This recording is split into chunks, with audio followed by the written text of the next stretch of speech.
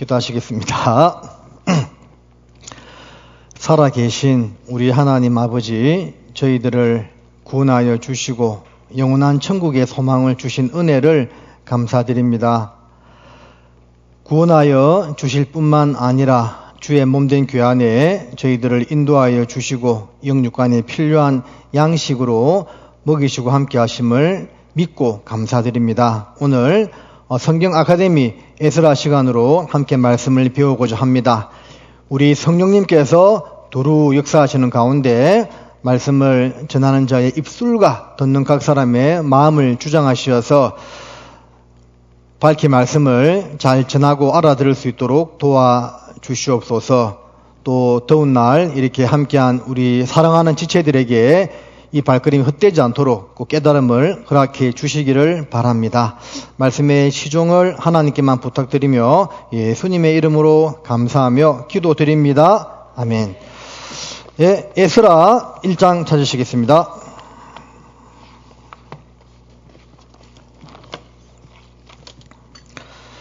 구약성경 에스라 1장입니다.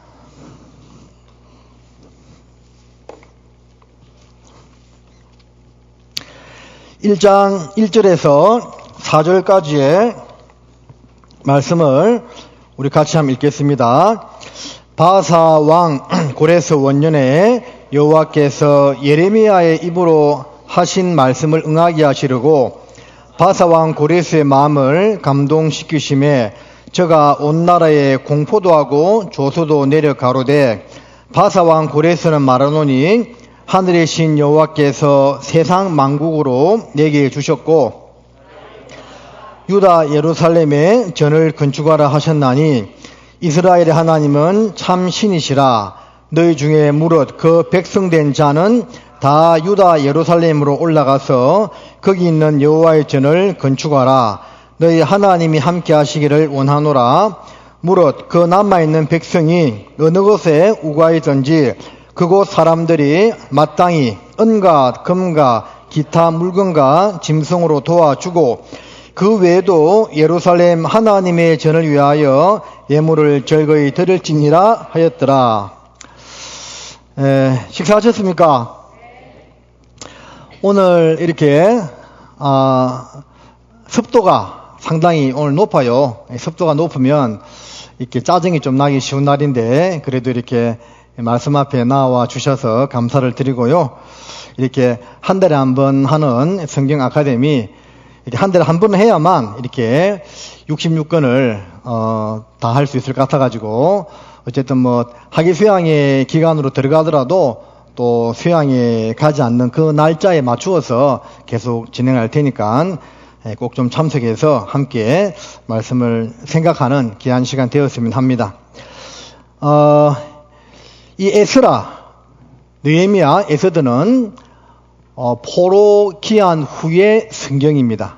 그래서 바벨론 포로로 돌아오고 난 그 이후에 이제 그 시점에 이제 그 이후에 이렇게 기록된 성경의 역사서가 에스라, 느헤미야, 에스더고 또 예언서는 학개, 스가랴, 말라기 이렇게 포로 귀환 이후에 역사서 3권 또 예언서 3권 이렇게 나누어질 수가 있겠습니다. 제사장김 학사 에스라에 의해서 기록된 성경이 역대상하 그리고 에스라인데 여기 이제 역대하가 36장으로 맞추는데 역대하 36장 22절 23절 말씀이 바로 에스라 1장 또 1절에서 4절 말씀과 똑같은 말씀입니다. 거의 똑같은 말씀이죠. 그래서 이제 역대하와 에스라가 이어진다 하는 것을 알 수가 있습니다. 에스라라고 사실은 기록은 되어 있지만 이 성경을 읽어보면 1장에서 6장까지는 에스라에 대한 이야기가 나오는 것이 아니고 스룹바벨에 의한 성전 건축에 대한 이야기가 나오죠. 그래서 에스라서는 10장까지 있는데 1장부터 6장까지는 스룹바벨에 의한 성전 건축에 대해서 말씀하고 있고 7장부터 10장까지가 이 에스라에 의한 신앙 회복에 대해서 말씀하고 있습니다. 그래서 이 성경 제목은 어쨌든 에스라라고 붙여져 있지만 내용상으로 볼 때는 굳이 제목을 좀 더 부가적으로 붙인다면 스룹바벨과 에스라 이렇게 하는 것이 좀 낫다 하는 생각이 듭니다. 우리가 사도행전에서 활동했던 크게 두 사람을 꼽으려면 누구를 꼽을 수 있겠습니까? 베드로와 바울이죠. 요즘은 이제 사람들이 관심이 별로 없어가지고 뭐 성화 이런 영화들 별로 하지 않는데, 제가 구원받았을 그 90년대 때는 크리스마스 때가 되면 항상 성경과 관련된 영화를 TV에서 틀어주었던 그런 기억이 납니다. 그래서 이제 그때 보았던 영화 중에 하나가 사도행전을 가지고 이제 만든 영화였는데, 그 영화 제목이 사도행전이 아니었고 베드로와 바울이었습니다. 그래서 사도행전의 주인공은 베드로와 바울이라고 할 수 있는 것처럼 이 에스라서의 주인공은 바로 스룹바벨과 에스라라고 할 수가 있겠습니다. 1장부터 6장까지는 이 스룹바벨에 의한 성전 건축, 그리고 7장부터 10장까지는 에스라에 의한 신앙 회복, 이렇게 말씀할 수가 있습니다. 자, 또 우리가 역사서를 볼 때 또 도표를 그리면서 한번 더 정리를 해봐야 되겠습니다. 그래서 이 도표는 제가 여러 번 그렸던 것 같기도 한데, 또 모처럼 구약의 역사서를 배우니까 한번 또 같이 복습해 보겠습니다. 자, 선을 한번 쭉 그리겠습니다. 삐뚤하네요. 자, 어쨌든. 자, 예수님 십자가에 돌아가신 사건을 기준으로 해가지고 그 이후를 AD라고 부르고 그 이전을 BC라고 이렇게 부릅니다. 그래서 좀 시대 구분을 해볼게요. 7세기 기원전입니다. 6세기, 그리고 5세기, 4세기 이렇게 해보겠습니다. 원래 통일왕국이었는데 솔로몬이 하나님 말씀에 불순종함으로 말미암아 기원전 930년에, 자, BC는 빼겠습니다. 기원전 930년에 나라가 둘로 쪼개지게 되죠. 그래서 북이스라엘과 남유다로 나라가 나누어지게 됩니다. 그러다가 북이스라엘이 언제 망하죠? 기원전 722년에 아수르에 의해서 망하게 되고, 남유다는 기원전 606년에 바벨론에 포로로 끌려가게 됩니다. 그래서 요 시기 606년에 바벨론에서 1차 포로로 끌려가게 되고, 그리고 그 이후에 597년에 2차 포로로 끌려가게 됩니다.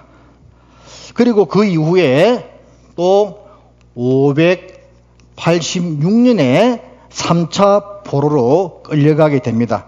세 차례에 걸쳐서 포로로 끌려가게 되고 또 세 차례에 걸쳐서 돌아오게 되죠. 그러다가 이제 기원전 536년에 1차 포로 기한이 이루어지게 되고, 그 이후에 기원전 458년에 2차 포로 기한이 이루어지게 되고, 그리고 조금 뒤인 기원전 444년에 3차 포로 기한이 이루어지게 됩니다. 역사에서는 1, 2년 정도 차이는 납니다. 그래서 어떤 기록에서는 3차 포로가 445년이다라고 이야기하는데 그냥 우리는 444 이렇게 보겠습니다. 자, 1차 포로 606년에 끌려갔던 사람이 누구냐면 다니엘이 이때 1차 포로로 끌려갔습니다. 2차 포로로 끌려간 대표적인 인물이 에스겔입니다. 3차 때는 나라가 완전히 망하게 되죠. 그리고 이제 1차 포로 기한에 돌아온 사람이 스룹바벨입니다. 그리고 2차 포로 기한에 돌아온 주동자가 에스라가 되고, 3차 포로 기한 때 돌아온 사람이 느헤미야가 됩니다. 그래서 포로로 끌려간 것도 1차, 2차, 3차로 나누어서 끌려갔고, 돌아온 것도 1차, 2차, 3차로 나누어서 돌아오게 됩니다. 자, 이 스룹바벨이 이제 1차 포로 기한으로 돌아오게 되는데, 이때 활동했던 제사장은 대제사장 여호수아입니다. 자, 이 여호수아는 가나안 땅 정복 전쟁의 여호수아하고는 동명이인이라고 했습니다. 그 시대가 완전 차이가 납니다. 그리고 요때 활동했던 선지자가 학개 그리고 스가랴가 됩니다. 그리고 느헤미야 때 활동했던 선지자는 말라기가 되겠습니다. 자, 우리가 잘 알고 있는 이사야 선지자는 요 정도에서 활동을 하게 되는데, 기원전 740년에서 680년까지 대략 활동했던 선지자입니다. 그때 왕들이 히스기야 전후로 이제 히스기야 므낫세, 요때 이제 이사야가 활동을 했죠. 그리고 그 이후에 이제 예레미야 선지자가 또 활동을 하게 되는데, 대략 활동 기간은 627년에서 561년 정도 이렇게 활동을 하게 됩니다. 예레미야 선지자가 70년 포로 생활을 할 거라고 예언했죠. 그래서 그 예언을 했을 때로부터 실제 포로 이제 끌려가게 되고 돌아왔을 때까지 따지면 약 한 100여 년 전에 포로 기한으로 돌아온 그 시점으로 따졌을 때는 약 100여 년 전에 예레미야가 그 예언을 했다고 볼 수가 있겠습니다. 어쨌든 처음 포로 기간으로 끌려가고 1차 돌아왔을 때가 70년이 걸렸는데, 이 70년 포로 생활을 할 거라는 것에 대해서도 예레미야 성경에서 예언을 하고 있고요. 그리고 이사야 성경에 보면 오늘 에스라 1장 1절부터 4절까지 읽었던 말씀처럼 바사왕 고레스에 의해서 유다가 다시 돌아올 거라는 것을 이사야 선지자가 예언을 하고 있는데, 이때로부터는 이때 돌아올 때까지가 대략 약 180년 정도가 됩니다. 예언을 하고 나서부터. 그러니까 이사야 선지자가 바사왕 고레스에 의해서 이스라엘이 회복될 것이다 라고 예언한 그때로부터 대략 180년이 지나고 나서 실제로 돌아오는 그 사건이 있게 됩니다. 왕들을 좀 살펴보자면 이때가 고레스죠. 바사왕 고레스 때 돌아오게 되고, 그 다음에 캄비세스라는 왕이 이제 있게 되고, 그리고 바사왕 다리오, 그리고 에스드의 남편이 되는 아수에로, 그리고 아닥사스다 왕이 있습니다. 그러니까 이제 통치 말년을 기준으로 따져보면 고레스가 536년에 시작했다가 쭉 이어지다가 다리오가 약 기원전 485년까지 통치를 하게 되고, 아수에르가 약 465년까지, 그리고 아닥사스다가 424년까지 통치를 하게 됩니다. 그래서 고레스 왕 때 돌아오게 되고 성전 재건을 하다가 우리 그 에스라서에서는 다리오라고 나오는데 역사에서는 캄비세스라는 왕입니다. 이 왕 때 성전 건축이 중단되고, 그리고 이 다리오 왕 때 다시 성전 재건이 허락돼 가지고 요때 이제 그 전이죠. 이 통치 말년이니까 그 전에 이제 성전 재건이 이루어지게 되고, 그 이후에 이제 에스더 사건이 있게 되고, 또 느헤미야가 돌아오게 되죠. 그때 활동했던 왕이 아닥사스다라는 왕입니다. 여기 이제 기원전 536년에 1차 포로가 이루어지게 되는데, 오늘 배우는 에스라서 1장부터 6장까지의 내용은 요 시기에 해당되는 것이고, 그리고 에스라는 1차 포로가 이루어지고 나서 거의 80년이 지난 다음에 돌아오는 선지자거든요. 그러니까 처음에 돌아오고 나서부터 이때까지는 80년이라는 시간이 흐르게 되는데, 이때가 에스라 7장부터 10장까지를 다루고 있습니다. 그리고 이제 좀 복잡하긴 한데 요 정도에 그때가 기원전 516년에 성전이 완공이 되는데 성전이 완공되고 나서 에스라가 이제 그 이후에 458년도에 돌아오게 되니까 에스라서 6장과 7장 사이에 갭은 무려 58년이란 시간이 흐르게 됩니다. 그래서 우리는 읽을 때 그냥 에스라서 6장 읽고 7장으로 바로 넘어가게 되는데 실제 그 사이의 시간차가 58년이라는 시간이 흐르게 된다는 겁니다. 뭐 복잡하지만 대충 알아들었지요? 몰라도 상관없습니다. 자, 그래서 말씀을 좀 다시 보겠습니다. 에스라 1장 1절에 바사왕 고레스 원년에 여호와께서 예레미야의 입으로 하신 말씀을 응하게 하시려고, 자, 예레미야로 하신 말씀을 응하게 하시려고라고 되어 있죠. 그 예레미야가 무슨 말씀을 했느냐, 70년 이후에 포로기한이 이루어질 거라는 그런 예언했다, 그 말입니다. 한번 찾아볼 필요가 있습니다. 요거 오늘 본문 잡아 놓으시고 예레미야 25장으로 가십니다. 성경 아카데미 시간 때는 좀 성경 말씀을 많이 찾습니다. 좀 이해를 해주시기 바라고요. 25장 11절에 보면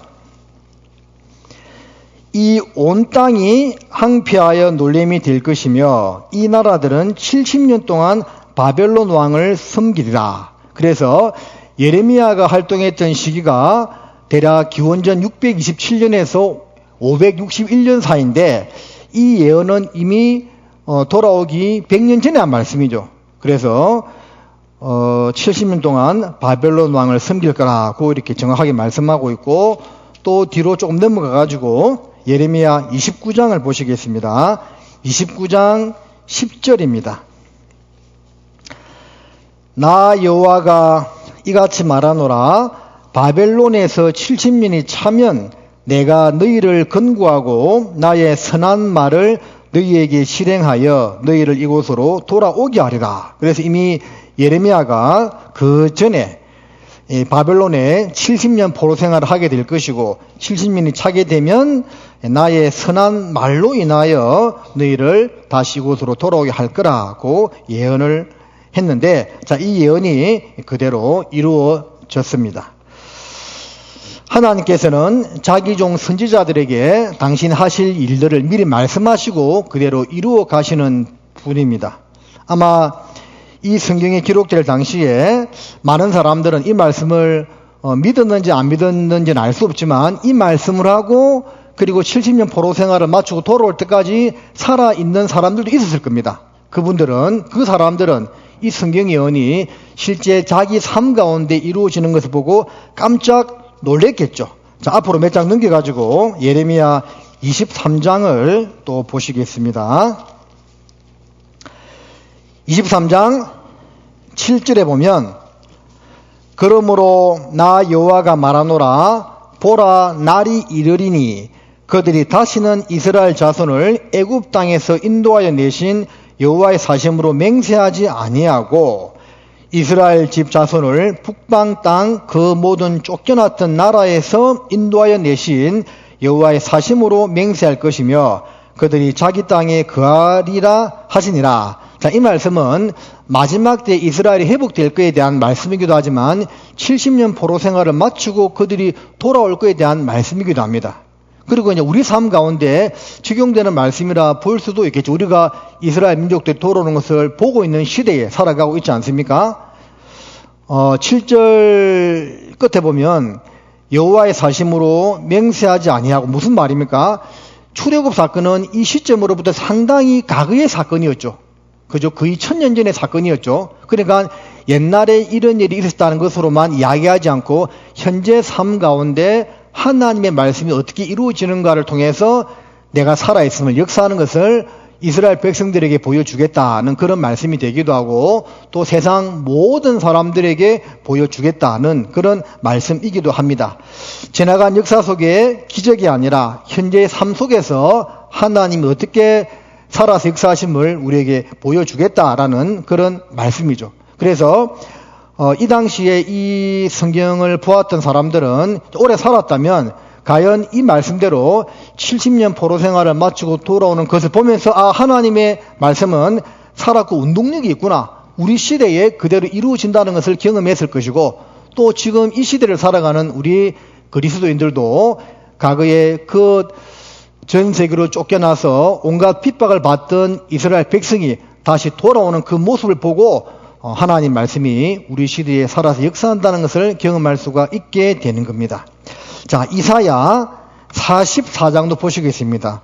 고레스에 대한 예언도 좀 봐야 되겠죠. 이사야는 기원전 740년에서 680년 사이에 활동했던 선지자라고 했죠. 그렇다면 이 말씀은 이미 고레스가 돌아오기 전에 짧게는 150년, 길게는 200년 정도 해당되는데 대략 제가 180년이라고 적어봤습니다. 이사야 44장 28절입니다. 마지막 구절이죠. 고레스에 대하여 이르기를 그는 나의 목자라 나의 모든 기쁨을 성취하리라 하며 예루살렘에 대하여는 이르기를 중건되리라 하며 성전에 대하여는 이르기를 내 기초가 세움이 되리라 하는 자니라. 자, 이미 고레스가 이 땅에 나오기 전에 180년 전에 이 말씀이 기록된 겁니다. 어떤 한 개인에 대해서 이렇게 구체적으로 기록되어 있는 경우는 많지는 않죠. 그래서 하나님께서 당신의 거룩한 사역에 쓰일 제목으로 이 고레스를 이미 나기 전부터 예언하고 이런 일이 있을 거라고 말씀했는데 그대로 이루어졌다 그 말입니다. 45장 1절에도 나 여호와는 나의 기름 받은 고레스의 오른손을 잡고 열국으로 그 앞에 항복하게 하며 열왕의 허리를 풀며 성문을 그 앞에 열어서 닫지 못하게 하리라. 내가 고레스에 이르기를. 자, 그래서 전에 내려오는 전생에 의하면 고레스가 이제 원래 바벨론이 망하게 되고 메대 바사로 시작되게 되잖아요. 근데 그 메대를 이제 복속시키고 페르시아 통합 제국의 첫 왕이 고레스거든요. 그래서 이 고레스가 왕이 되었을 때 이 성경을 유대인들이 보여주었다고 합니다. 당신 이야기가 이미 200년 전에 이 이사야 성경에 예언되어 있다. 또 보여주니까 이 고레스가 이 말을 보고 말씀 보고 깜짝 놀라서 느헤미야 에스라 1장에 그것을 이야기했다는 그런 이제 전성도 전해져 내려오기도 합니다. 저는 그 전성이 맞다고 이렇게 봅니다. 그래서 하나님은 미리 말씀하시고 그 역사를 이루어 가시는 분이다 하는 것을 알 수가 있는 것이고 어떤 경우는 한 사람에 대하여 정확히 예언하고 이루어 가신다 그 말입니다. 고레스가 이 성경을 보고 얼마나 놀랐겠습니까? 자기 이름이 이미 200년 전에 기록된 성경 말씀에 나와 있다는 것을 보고 깜짝 놀랐겠죠. 그리고 이제 다니엘서에 보면 헬라의 알렉산더 대왕에 대한 예언도 있거든요. 그래서 이미 알렉산더가 이 땅에 태어나기도 전에 그 예언이 이루어져 있는데 페르시아를 멸망시킨 헬라의 알렉산더가 예루살렘에 왔을 때 유대인 납비들이 또 다니엘서에 그 성경을 보여주고 알렉산더의 마음을 변하겠다는 그런 또 이야기도 있습니다. 그래서 알렉산더가 이제 하나님을 알게 되고 구약 성경을 이제 헬라어로 번역하는 70인역을 바꾸게 되는 그 일을 하게 된 겁니다. 자, 에스라 1장 다시 가겠습니다. 그래서 1장 1절을 다시 보면 바사왕 고레스 원년에 여호와께서 예레미야 입으로 하신 말씀을 응하게 하시려고 바사왕 고레스의 마음을 감동시키심에 자 바사왕 고레스의 마음을 감동시키심에 자 이 구절을 보면 결국 사람의 마음을 움직이고 감동시키는 분도 하나님이라는 겁니다. 들었다 놨다 모든 것을 주관하시는 분은 하나님이라는 거죠. 그래서 바벨론에 느부갓네살을 들어서 남유다를 징계했잖아요. 그리고 느부갓네살을 강하게 했는데 이 느부갓네살이 자기가 잘나서 그런 줄 알고 교만한 마음을 품다가 나중에 이 미치광이 정신병자가 되어서 7년 동안 강야에서 소처럼 풀을 뜯어먹으며 지내다가 이 세상 일국으로 강하게 하시고 패하게 하시고 높이고 낮추고 하는 분이 바로 이스라엘의 하나님이라는 것을 느부갓네살이 깨닫고 정신이 돌아오게 되죠. 그렇게 이제 느부갓네살의 마음을 움직이고 또 강하게 하시기도 하고 낮추게도 하신 분이 하나님이듯이 이 고레스의 마음을 감동시키신 분도 바로 하나님이시다는 겁니다. 사람의 마음을 바꾸는 분도 하나님이라는 겁니다. 바로의 마음을 강팍해 하시는 분도 하나님, 또 루디아의 마음의 문을 열어서 구원받게 하신 분도 하나님. 하나님께서 우리 마음까지도 넓게 만들고 좁게 만들고 그렇게 하신다는 거죠. 근데 누구를 그렇게 하겠습니까? 조금 이따 말씀드리겠습니다. 자, 2절. 그래서 이제 마음이 감동된 바사왕 고레스는 말하노니 하늘의 신 여호와께서 세상 만국으로 내게 주셨고 나를 명하사 유다 예루살렘에 전을 건축하라 하셨나니 이스라엘의 하나님은 참 신이시라. 너희 중에 무릇 그 백성된 자는 다 유다 예루살렘으로 올라가서 거기 있는 여호와의 전을 건축하라. 너희 하나님이 함께 하시기를 원하노라. 그래서 바사왕 고레스가 기원전 536년에 페르시아의 통합 왕이 된 다음에 가장 먼저 한 일이 무엇이냐? 이 조서를 내려서 유다인들로 하여금 예루살렘으로 돌아가서 여호와의 전을 건축하라는 그 명령을 하게 된 겁니다. 자, 그리고 이제 이때 하나님이 참 신이라는 것을 깨닫게 되는 것이고, 4절에 보면 무릇 그 남아있는 백성이 어느 곳에 우거했던지 그곳 사람들이 마땅히 은과 금과 기타 물건과 짐승으로 도와주고 그 외에도 예루살렘 하나님의 전을 위하여 예물을 절거히 드릴지니라 하였더라. 자, 돌아가기를 허락한 그뿐만 아니라 필요한 것들을 다 도와주도록 또 명령했다는 것을 알 수가 있습니다. 그래서 이 에스라서 1장 서두는 바로 고레스 왕의 기한 칙령으로부터 시작되는 건데 이 모든 것이 하나님으로부터 났다는 것을 말씀을 하고 있습니다. 에스라서를 읽어보면 이제 2장은 돌아온 사람들의 족보에 대한 이야기가 나와 있는데 이 에스라서 2장하고요 느헤미야 7장 내용이 같습니다. 알았어요, 여러분들? 느헤미야는 보세요. 에스라는 기원전 536년에 돌아왔고 그리고 80년이 지난 에스라 때 이제 2차 포로기한이 이루어지게 되고 또 12년 지난 444년에 느헤미야가 이제 돌아와서 일을 하게 되는데 이 느헤미야서에 나와 있는 성경 한 장과 에스라서 2장의 내용이 같습니다. 같은 내용이 반복적으로 기록되어 있습니다. 자, 참고로 이제 몇 번 이야기해서 알겠지만 1차 포로기한은 성전 건축입니다. 제2성전이죠.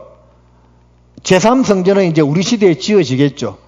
예수님 당시에 헤롯 성전은 유대인들이 제3성전으로 보지 않고 그냥 리모델링한 개축성전 그 정도 개념으로 봅니다. 그리고 이제 우리 시대 때 제3성전이 건축이 됩니다. 자, 에스라의 2차 포로기한은 왜 하게 되었습니까? 신앙 회복.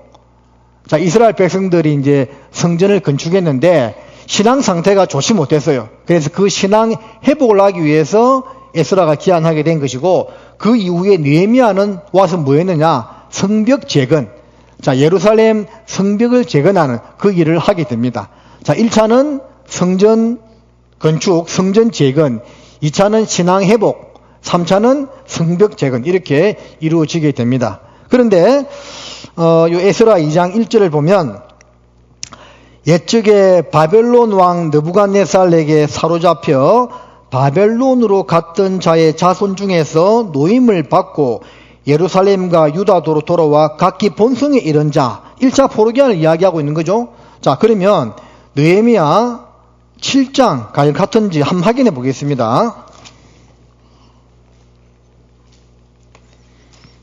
느헤미야 7장 6절입니다. 옛적에 바벨론 왕 느부갓네살에게 사로잡혀 갔던 자 중에서 노임을 받고 예루살렘과 유다로 돌아와 각기 본성에 이른 자 쭉 나오거든요. 그 뒤에 읽어보면 42,360명인데 똑같습니다. 그러니까 에스라 2장도 1차 포로기한 때 돌아온 사람들의 족보를 이야기하고 있고 느헤미야 7장도 1차 포로기한 때 돌아온 백성들의 족보를 이야기하고 있습니다. 같은 내용을 반복적으로 기록하고 있는 겁니다. 여러분 성경 가운데 보면 같은 내용이 거의 같은 장에 반복되는 게 몇 군데 있습니다. 대표적으로 시편 14편과 시편 53편은 내용이 거의 같습니다.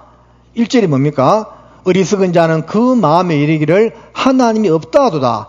시편 53편 1장도 똑같은 말씀입니다. 그래서 똑같은 성경입니다. 그러면 가끔씩 보면 이 성경에 같은 내용이 반복적으로 기록되어 있는 성경장들이 있죠. 몇 장 있습니다. 이것 말고도 있는데 이것 말고도 기록할 내용들이 얼마나 많았겠습니까? 그래서 요한복음에 보면 예수의 하신 일을 낱낱이 기록한다면 이 세상이라도 그 책을 두기에 부족할 줄 아노라고 했잖아요. 그럼 하나님께서 따로 기록할 말씀이 없어가지고 같은 내용을 두 번 반복했다 보기는 어렵거든요. 그 왜 했을까요? 중요하기 때문에 우리에게 정말 교훈을 주고 강조해야 될 내용들이 있기 때문에 두 번 반복해서 기록하고 있다고 볼 수밖에 없습니다. 그래서 가만히 생각해 보면 하나님께서 정말 중요한 것들은 공짜로 주시고 또 중요한 것들은 반복적으로 하게 하신다는 것을 알 수가 있습니다. 그렇죠? 육신적으로 우리가 살아가는 데 있어서 가장 중요한 것은 뭡니까? 공기와 물이죠. 다 공짜로 주잖아요. 물은 오염시켜서 그거를 정화하는데 우리가 돈을 주는 것이지 원래 물은 공짜입니다. 사람이 살아가는데 가장 필요한 두 가지, 물과 공기는 하나님이 공짜로 주시고 그리고 구원도 공짜로 주시죠. 그리고 반복적으로 그것을 행하게 하십니다.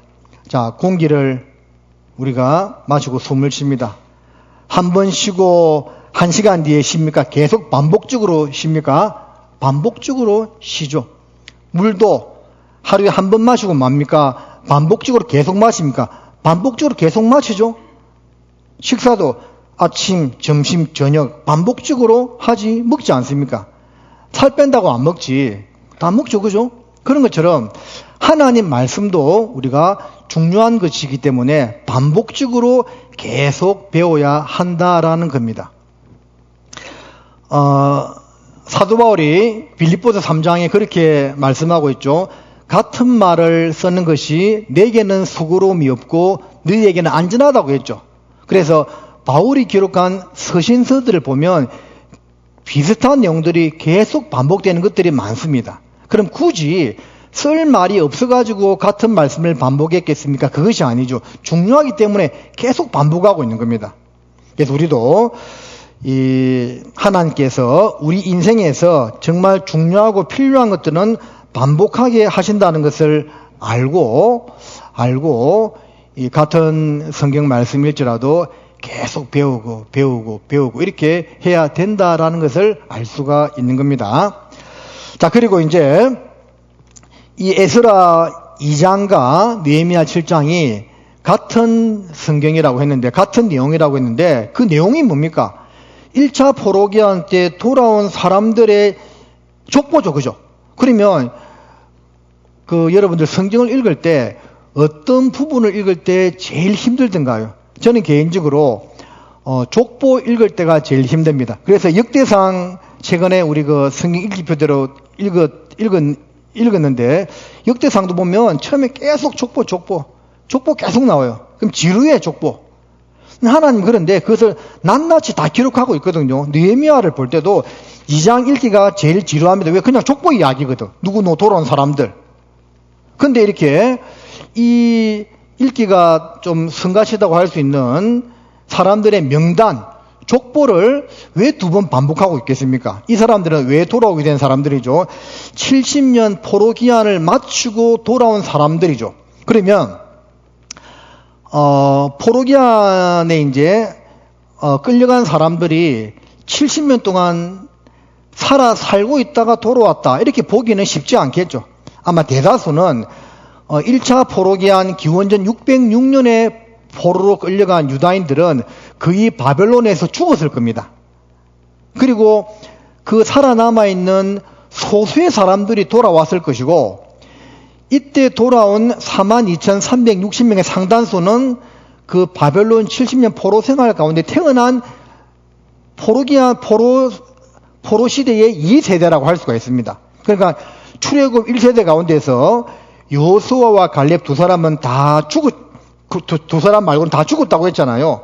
그리고 가나안 땅에 들어간 사람들은 출애굽 2세대였듯이 이 70년 포로 생활을 마치고 돌아온 사람들도 거의 90% 이상이요. 어떤 사람들이었느냐?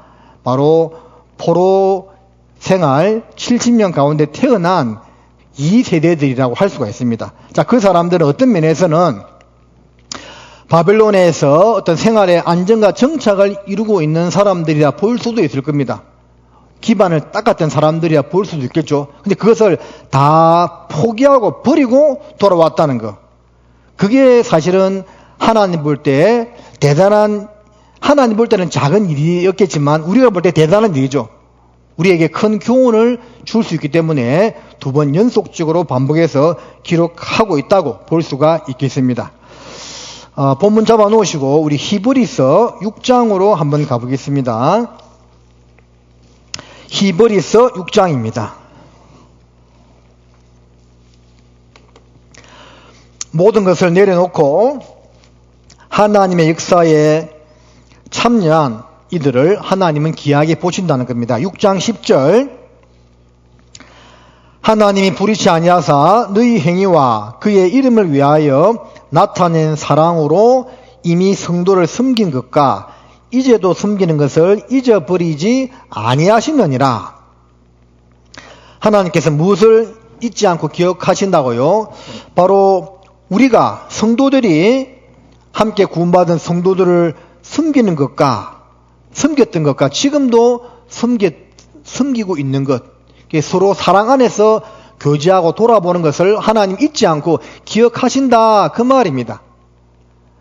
바벨론에서 어느 정도 정착된 생활을 이루고 있었던 그 남유다의 제2세대의 백성들, 그들이 거기서 안정된 모든 것을 다 버리고 예루살렘으로 돌아왔다. 이게 하나님 볼 때 정말 기특한 일이었기 때문에 우리에게 교훈을 주기 위해서 2번 반복하고 기록하고 있는 겁니다. 우리는 주님의 은혜와 사랑을 가장 크게 여깁니다. 그런데 주님은 결국은 당신의 사랑과 어떤 행하시는 일들을 사람을 통해서 하시잖아요. 하나님 마음에 합한 사람을 들어서 또 교회 일꾼으로 또 주님의 역사에 기하겠습니다. 그것들을 기록하고 있죠. 예? 우리 시대로 따지면 주님의 복음의 신앙을 위하여 협력한 자들에 대해서 주님은 잊지 않고 기억하신다, 그 말입니다. 고린도 전서 16장을 잠깐 보시겠습니다. 앞으로 조금 돌아와 가지고요. 고린도 전서 16장 15절 말씀입니다. 형제들아, 스데바나의 집은 곧 아가야의 첫 열매요 또 성도 숨기기로 작정한 줄을 너희가 아는지라. 내가 너희를 권하노니 이 같은 자들과 또 함께 일하며 수고하는 모든 자에게 복종하라, 그 말씀하고 있습니다. 자, 하나님의 일을 위해서 함께 수고하고 협력했던 사람, 그 가운데 한 사람이 스데바나, 그의 집, 그의 가족들을 말합니다. 그들은 그리스의 북부지방을 마게도니아라 하고 남부지방을 아가야라고 한다고 했잖아요. 그 아가야에서 처음으로 구원받은 사람들이고 가족이었다, 그 말입니다. 그리고 성도 섬기기로 작정한 사람들, 하나님 잊지 않으시는 것이 성도를 섬긴 것과 이제도 섬기는 것을 하나님 잊지 않고 기억하신다고 말씀하셨던 것처럼 여러 가지 일들 가운데서 우리가 또 가장 신경을 써야 할 것이 무엇이냐면 이 교회 가운데서 함께 복음을 위해서 수고하는 모든 형제 자매들을 기억하고 돌아보고 사랑으로 격려하고 또 그게 바로 섬기는 겁니다. 자, 그것을 하나님이 가장 기쁘게 여기고 기억하신다는 것을 생각해 볼 필요가 있습니다. 다시 이제 에스라로 돌아가가지고요. 각 장별로 이제 중요한 내용들을 좀 살펴보도록 하겠습니다. 1장은 고레스의 마음을 감동시키신 하나님, 그리고 돌아온 유다 백성들에 대한 기록인데 1장 5절을 보면 이에 유다와 베냐민 족장들과 제사장들과 레위 사람들과 그 마음이 하나님께 감동을 받고 올라가서 예루살렘 여호와의 전을 건축하고자 하는 자가 다 일어나니, 자, 어떤 사람들이 돌아왔다는 말입니까? 이스라엘에 12지파가 있는데 이게 보면 유다와 베냐민 족장들과, 특별히 이제 유다와 베냐민 지파에 대해서 이야기하고 있죠. 자, 이 앞에 이제 베냐민 지파에 대해서 좀 지난 주일 설교 때 말씀을 드린 적이 있죠. 원래는 북이스라엘에 속했는데 남유다에게 붙음으로써 복받게 된, 하나님의 기업에 들어가게 된 그 지파라고 말씀을 드렸습니다. 자, 이 두 지파 말고도 돌아왔지만 특별히 두 지파를 여기서 다시 언급하고 있습니다. 이게 영광이죠, 그죠? 원래는 유다 이렇게 되어야 되는데 베냐민이 함께 들어가게 되었다는 거, 이 줄을 잘 썼다는 거죠. 우리 신앙생활에 정말 줄을 잘 서야 됩니다. 하나님께 줄을 서야 되고 정말 주님 위해 살고자 하는 그 사람들과 함께 하려고 해야 되는 것이 합당하다는 겁니다. 어쨌든 왜 돌아왔느냐? 마음이 하나님께 감동을 받은 사람들이 돌아왔다, 그 말입니다. 그리고 성전을 건축하고자 하는 사람들이 돌아왔다는 겁니다. 그리고 그 마음을 움직이신 분은 하나님이라는 겁니다. 에스라 7장도 잠깐 보시겠습니다. 에스라 7장 27절과 28절입니다. 우리 일조의 하나님 여호와를 송축할지로다. 그가 왕의 마음에 예루살렘 여호와의 전을 아름답게 할 뜻을 두시고, 자, 에스라가, 이것은 이제 한 80여 년이 지난 다음에 에스라가 2차 포로기한을 하고 나서 한 말씀인데, 자, 거기서도 왕의 마음에 예루살렘 여호와의 전을 아름답게 할 뜻을 두시고, 그러니까 고레스의 마음에, 또 아닥사스다 왕의 마음에, 다리오 왕의 마음에 성전 건축을 허락하고 예루살렘으로 다시 돌아갈 수 있도록 하게 하신 그 마음을 주신 분이 누구냐? 하나님이다, 그 말입니다. 하나님이 그 마음을 주셨다는 것을 다시 이야기하고 있는 거죠.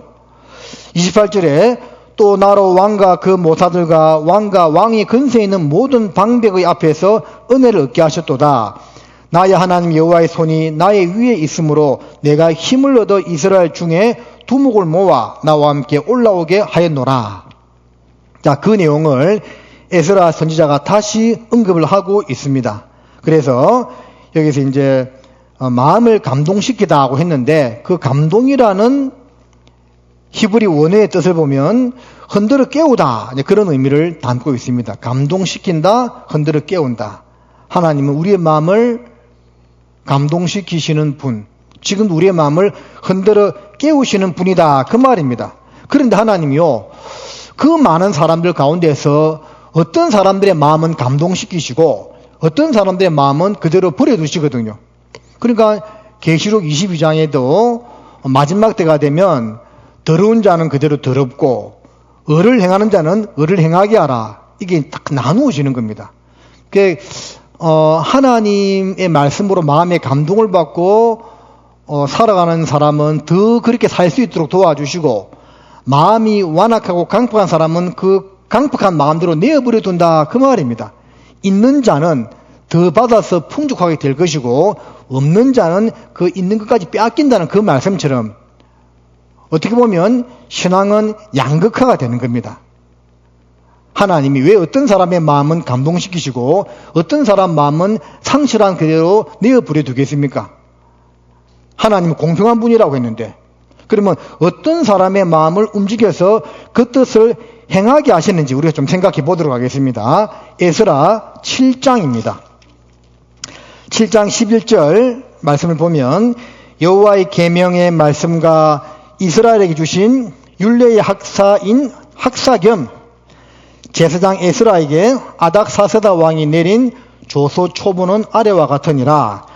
모든 왕의 왕 아닥사스다는 하늘의 하나님 율법의 완전한 학사 겸 제사장 에스라에게 13절 말씀을 같이 읽어보겠습니다. 조사노니 우리나라에 있는 이스라엘 백성과 저희 제사장들과 레위 사람들 중에 예루살렘으로 올라갈 뜻이 있는 자는 누구든지 너와 함께 갈저다.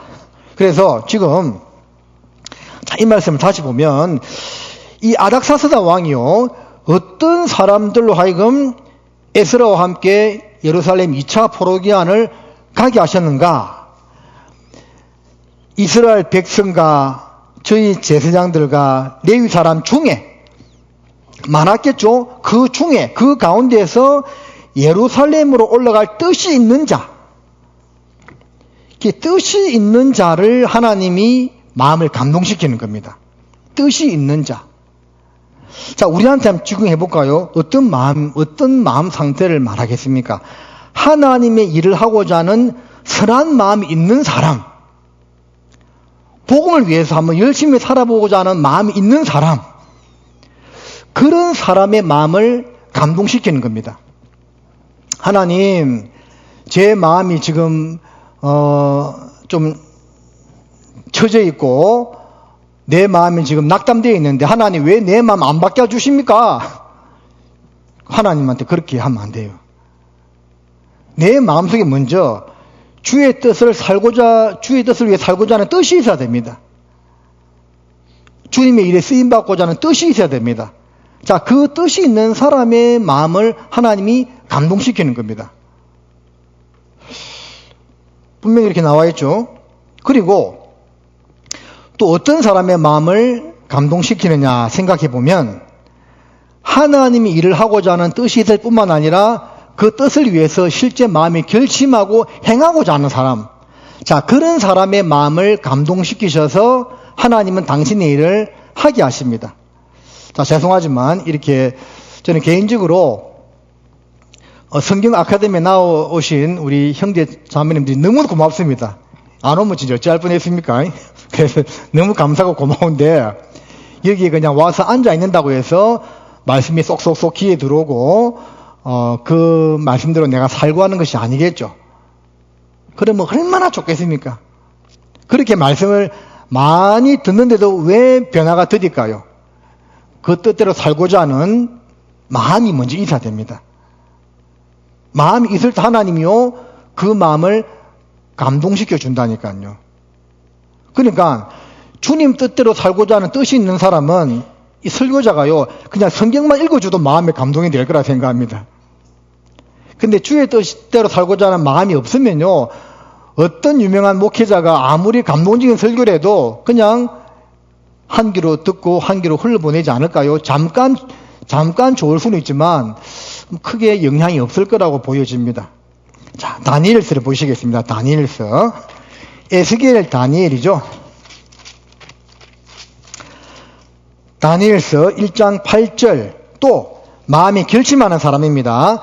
다니엘은 뜻을 정하여 왕의 진미와 그의 마시는 포도주로 자기를 더럽히지 아니하리 하고 자기를 더럽히지 않게 하기를 한관장에게 구하니. 자, 다니엘은 뜻을 정했을 뿐만 아니라 그렇게 하기로 결심을 했습니다. 그죠? 여기 결심이라는 단어가 없지만 결심한 거는 마찬가지잖아요. 왕의 진미와 그의 마시는 포도주로 자기를 더럽히지 않게 하기를 마음의 뜻을 정하고 결심했습니다. 그리고 하나님이요, 도와주잖아요. 자, 다니엘서 9장을 또 보겠습니다. 9장 3절입니다. 9장 3절 같이 읽겠습니다. 내가 금식하며 베옷을 입고 죄를 무릅쓰고 주 하나님께 기도하며 간구하기를 뭐하고요? 결심하고. 자, 다니엘은요, 하나님의 뜻을 알기 위해서, 그 예언의 뜻을 정확히 알기 위해서, 또 패역한 남유다의 죄를 인하여 기도하기를 하나님 앞에 결심했다, 그 말입니다. 결심. 이 결심이 있어야 돼, 결심. 또 다니엘서 10장 12절. 다니엘서 10장 12절입니다. 그가 내게 이르되 다니엘아 두려워하지 말라.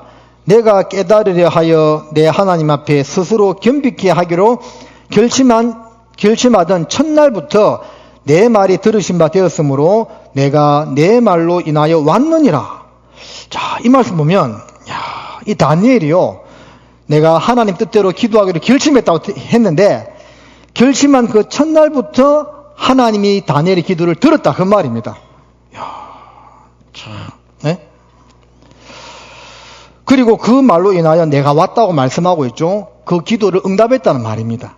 그래서 하나님께서 마음을 감동시키시고 당신의 귀한 도구로 사용하는 사람들의 자세와 특징이 무엇이냐? 주의 뜻대로 살고자 하는 뜻이 있어야 되고 그 뜻을 행하고자 결심을 해야 돼요. 결심. 목사님 작심삼일인데요. 작심삼일도 계속하면 1년 되겠죠. 2025년 이제 절반이 저물어 갑니다. 뭐든지 절반 지나면 더 빨리 가요. 그래서 개인적으로 학예 수양회를 마치면 1년이 다 간 듯한 그런 느낌이 들기도 합니다. 올 초에 하나님 앞에 서원하고 다짐하고 결심을 하고 시작을 했는데 올 초에 내가 붙들었던 말씀이 뭔지는 지금 기억은 나세요? 네? 그 결심을 놓아버렸다면 다시 붙잡아야 됩니다. 왜? 계속 반복적으로 결심하고 다짐하고 뜻을 정하면서 우리 신앙생활이 주님 앞에 점점 더 깨끗한 모습으로 나아가기 때문에 그렇습니다. 자, 다시 본문 1장으로 돌아가겠습니다. 6절에 그 사면 사람들이 은그릇과 황금과 기타 물건과 짐승과 보물로 돕고 그 외에도 예물을 즐거이 드렸더라. 자, 42,360명이 돌아올 때 고레스 왕이 또 금은 기명 성전에 있던 자기들이 빼앗아갔던 느부갓네살 왕이 빼앗아갔던 그 기명들을 다시 돌려주고 그뿐만 아니라 그 사면 사람들로 하여금 돌아가는 유다인들을 위해서 여러 가지 필요한 것들로 도왔다라고 되어 있습니다. 예? 은그릇, 황금, 기타 물건, 짐승과 보물로서 돕고 그 외에도 예물을 즐거이 드렸다고 되어 있습니다. 그렇다면 여기서 그 사면 사람들은 누굴까요? 이방이니까요. 그 바벨론에 있던 사람들이 유다인들이요 42,360명밖에 되지는 않았겠죠. 아마 70년 포로 생활을 하면서 인구가 많이 늘어났을 겁니다. 적어도 몇십만 명은 되었을 겁니다. 그 가운데 돌아온 사람들은 남아있는 사람들에 비하면 소수였죠. 고작 4만여 명 돌아왔습니다. 그러면 이제 그 땅에 남아있는 사람들은 다 그러면 몹쓸 사람들이고 하나님께 버림받은 사람들이냐? 꼭 그렇게만 볼 수 없습니다. 자, 여기 이제 사면 사람들이 도왔다고 되어 있는데 이 사면 사람들이요 이방인이라기보다는 그 땅에 그대로 정착해 있는 남아있는 유다인들이라고 보는 것이 맞을 겁니다. 그래서 이 구별하면 가는 사람이 있고 보내는 사람이 있는 겁니다. 그러죠? 가는 사람은 유다로 귀환한 42,360명. 남은 사람은 그 바벨론 페르시아 땅에 그대로 남아있는 사람들. 그들이 꼭 잘못됐다고 볼 수는 없습니다. 왜냐하면 이게 보면 예물을 즐거이 드렸더라 되어 있죠. 이 기쁜 마음으로 드렸다 그 말입니다. 비록 내가 그 대열에 함께하지는 못하지만 필요한 모든 것들을 제공함으로써 드렸다고 볼 수가 있겠죠. 물론 이제 하나님 부실 때 돌아왔으면 더 좋았을 건데 이제 다 잘못됐다 말할 수는 없다 그 말입니다. 자, 우리도 이 시대도 마찬가지죠. 가는 사람이 있고 보내는 사람이 있습니다. 가는 사람 선교사, 보내는 사람 우리 성도들, 그죠? 가는 사람이 있으면 또 후원하는 사람이 있다 그 말입니다. 어떤 분이 그러대요. 가는 사람이 좋아하는 찬송가는 보내주소서 보내주소서 제단 숯불 내 입술이 되니 나를 보내주소서라는 그 찬송이라고 하고, 보내는 사람이 좋아하는 찬송은 뭘까요? 너는 가라 주의 이름으로 라고 하는데, 어쨌든 가는 사람이 있고 보내는 사람이 있습니다. 자, 사무엘상 30장을 보시겠습니다.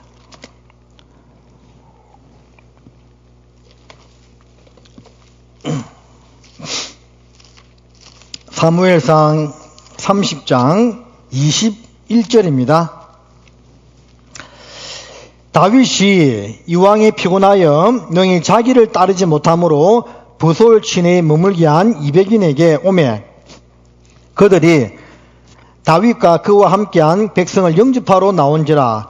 다윗이 그 백성에게 이르러 문안하매 다윗과 함께 갔던 자 중에 악한 자와 비류들이 다 가로되 그들이 우리와 함께 가지 아니하였은즉 우리가 도로 찾은 물건은 무엇이든지 그들에게 주지 말고 각 사람의 처자만 주어서 데리고 떠나가게 하라 하는지라.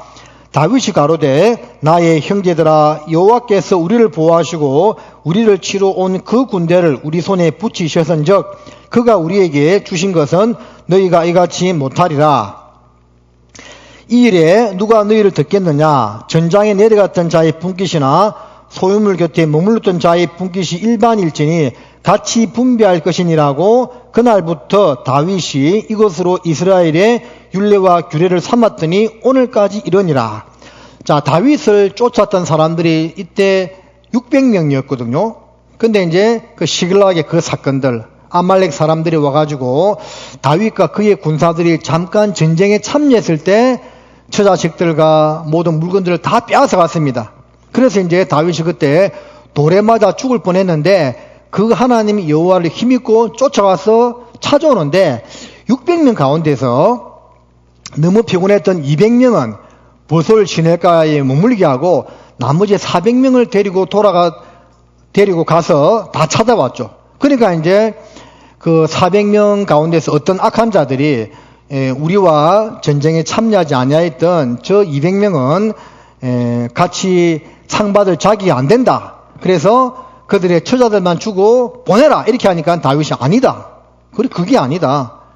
함께 갔던 사람들이나 남아서 지키는 사람들이나 똑같다 하면서 같이 분배하고 그것이 이스라엘의 규례가 되었다고 말씀을 하고 있습니다. 남아있던 200명은 놀았던 것이 아니겠죠. 그들이 전쟁에서 이기고 돌아오기를, 다 빼앗고 돌아오기를 간절하게 기도하고 근신했을 겁니다. 그러니까 갔다는 거예요. 물론 주님 앞에 갔을 때 받을 상급의 차이는 있겠지만 크게 다르지 않다는 겁니다. 자, 마태복음 10장을 보시겠습니다. 마태복음 10장입니다. 10장 40절입니다. 너희를 영접하는 자는 나를 영접하는 것이요 나를 영접하는 자는 나 보내신 이를 영접하는 것이니라. 선지자의 이름으로 선지자를 영접하는 자는 선지자의 상을 받을 것이요 의인의 이름으로 의인을 영접하는 자는 의인의 상을 받을 것이요 또 누구든지 제자의 이름으로 이 소자 중 하나에게 냉수 한 그릇이라도 주는 자는 내가 진실로 너희에게 이르노니 그 사람이 결단코 상을 잃지 아니하리라 하시니라. 자, 예수님 하신 말씀, 바로 주님의 제자들을 영접하는 것이 주님을 영접하는 것이고, 이 어린 소자에게 냉수 한 그릇 대접하는 것도 결단코 상을 잃지 않는다고 하시면서 그 중간에 하신 말씀, 누구든지 선지자의 이름으로 선지자를 영접하면 선지자의 상을 받는다고 했습니다. 직접 내가 선지자가 되지는 않았다 하더라도 그 선지자를 잘 영접하고 하는 일을 도우면 하나님 앞에 가서 똑같은 상을 받는다, 그 말입니다. 그래서 그 돌아왔던 32,360명이나 돌아가던 그들을 도왔던 그 땅에 남아있는 유다 백성들이나 어떤 면에서는 하나님 앞에서 같은 일을 하고 있는 거다, 그 말입니다. 그래서 우리가 그런 것들을 좀 생각하고 교훈을 받았으면 합니다. 자, 다시 에스라 2장으로 가십니다. 에스라 2장은 돌아온 사람들의 명단입니다. 명단인데 2장 1절에 보면 옛적에 바벨론 왕 느부갓네살에게 사로잡혀 바벨론으로 갔던 자의 자손 중에서 노임을 받고 예루살렘과 유다도로 돌아와 각기 본성에 이른 자, 곧 스룹바벨과 예수와 쭉 이름을 열거하고 있습니다. 자, 70년 포로 생활을 마치고 이제 돌아왔는데 이 사람들이 어디로 돌아왔습니까? 예루살렘의 제2성전을 건축하기 위해서 돌아왔는데 예루살렘에 다 모여서 살았던 것이 아닙니다. 말씀 잘 보면 예루살렘과 유다도로 돌아와 각기 본성에 이른 자라고 되어 있죠. 그래서 각기 자기들 지파에 분배받은 땅에 가서 살았다 그 말입니다. 물론 이스라엘 전역에 다 흩어져 살았다고는 볼 수는 없지만 예루살렘에만 모여서 살았던 것이 아니고 그래도 그 근방에 각기 원래 지파에 분배받은 땅대로 흩어져서 살았다는 것을 알 수가 있습니다. 그리고 이제 성전 건축을 위해서는 또 함께 모였던 것이죠. 자, 70년 포로 생활 가운데 상당수의 남유다인들을 죽고 제2세대가 태어나서 거의 돌아왔다고 했는데 이 사람들이요 돌아와서 각기 본성에 이르렀습니다. 상당수는 예루살렘 처음 왔겠죠. 이스라엘 땅으로 처음 돌아왔겠죠. 근데 내가 어느 지파인지 알았다 그 말입니다. 유다 지파 누구 가족이다. 르우벤 지파, 베냐민 지파 누구 가족이다. 그걸 알고 각기 분배받은 그 조상의 땅에 흩어져서 살았다는 겁니다. 이것은 자기들의 정체성을 잊지 않았다는 것을 우리에게 보여주고 있습니다. 뭘 잊지 않았다고요? 뿌리를 잊지 않았다 그 말입니다. 그러니까 예전에 이제 우리 어르신들이 뿌리를 모르면 안 된다 그런 말 하잖아요. 우리 조상이 누구고 그런 말 이야기하죠. 자, 그래서 우리는 그런 육신의 족보에 대해서는 꿰뚫을 필요는 없겠지만 우리 신앙의 족보, 신앙의 정체성만큼은 정확히 가지고 있어야 된다 그 말입니다. 유대인들이요 서기 70년에 예루살렘이 망하고 전 세계로 흩어져 있는 1900년 동안에 자기들의 정체성을 잃지 않았죠. 정체성을 잊어버렸다면 우간다나 중국에 만주 땅을 주면서 거기다가 너희 나라 세우라고 했을 때 예 좋습니다 세웠겠죠.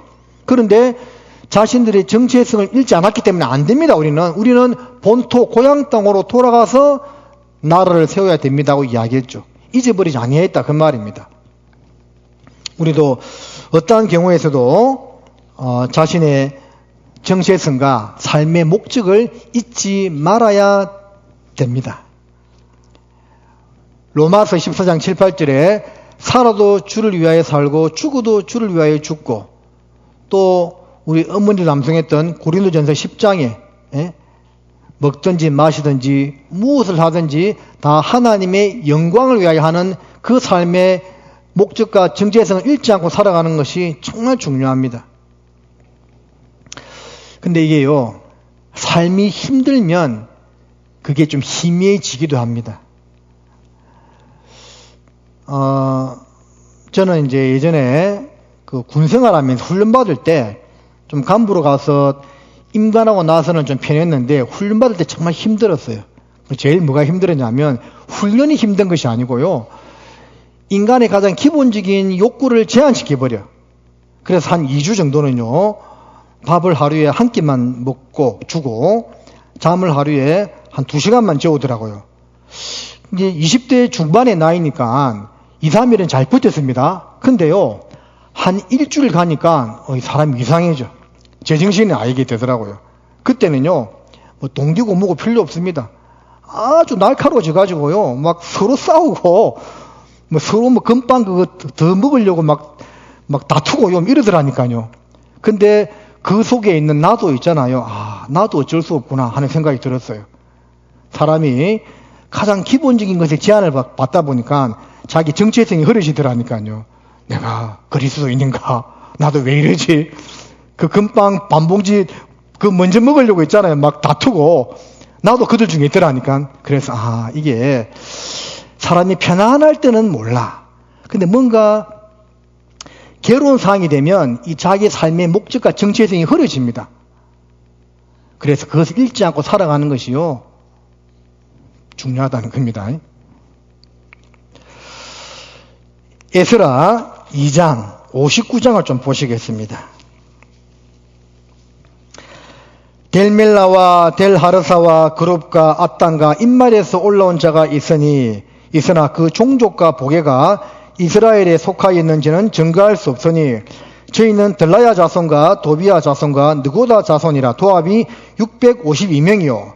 자, 무슨 말이냐면 그 외에도 올라온 사람들이 있는데 이 42,360명 가운데에서 올라와가지고 이제 보게는 족보를 말합니다. 족보대로 다 확인해가지고 이 족보가 어디서 났는지는 모르겠습니다. 어쨌든 있었겠죠. 확인해가지고 너는 여기네, 이 땅으로 가고 딱 했는데, 이 사람들은 그 종족과 보게가 이스라엘에 속하여 있는지 증거할 수 없으니 함께 오긴 왔는데 이 사람들이 도대체 정통 이스라엘 사람들인지 이게 이제 애매해진 겁니다. 그런 사람도 있었던 겁니다. 61절에 제사장 중에는 하바야 자손과 학고스 자손과 바르실레 자손이니 바르실레는 길르앗 사람 바르실레의 딸 중에 하나로 아내를 삼고 바르실레의 이름으로 이름한 자라. 이 사람들이 보게 중에서 자기 이름을 찾아도 얻지 못한 고로 저희를 부중하게 여겨 제사장의 직분을 행치 못하게 하고, 그러니까 일반 백성들 뿐만 아니라 제사장 중에서도 올라온 사람들이 있는데 이 사람들이 족보 가운데 이름이 없는 겁니다. 그러니까 이게 이제 이 출신 성분이 지금 불명확한 거죠. 이게 우리 식구인지 너무 식구인지 알 수 없는 겁니다. 그래서 자기들은 제사장의 지파라고는 이야기하지만 제사장 직분을 행치 못하게 하고 63절에 방백이 저희에게 명하여 우림과 둠밈을 가진 제사장이 일어나기 전에는 치성물을 먹지 말라 하였느니라. 자, 무슨 말입니까? 우림과 둠밈으로 이제 판결했죠. 그런 제사장이 나타나가지고 너희가 과연 제사장 가문이 맞는지 아닌지를 정확히 따지기 전까지는 제사장 일을 하지 말라, 그 말입니다. 자, 이게 뭡니까? 정체성이 모호한 사람들에 대해서는 공동체 안에 였지 않았다는 거죠. 여기 종족과 보게, 족보를 확인하지 않으면 공동체 안에 들어올 수 없다라는 겁니다. 정체성이 불명확하면 아군인지 적군인지 피하 식별이 확실히 되지 않으면 봉사의 직분을 맡기지 아니하였다, 그 말입니다. 그게 아무나 돌아왔다고 해서 그래 해라 한 것이 아니고 엄밀히 따져가지고 이 보게 족보에 이 사람들의 이름과 명단이 있는지 확인해보고 없으면 일단 보류.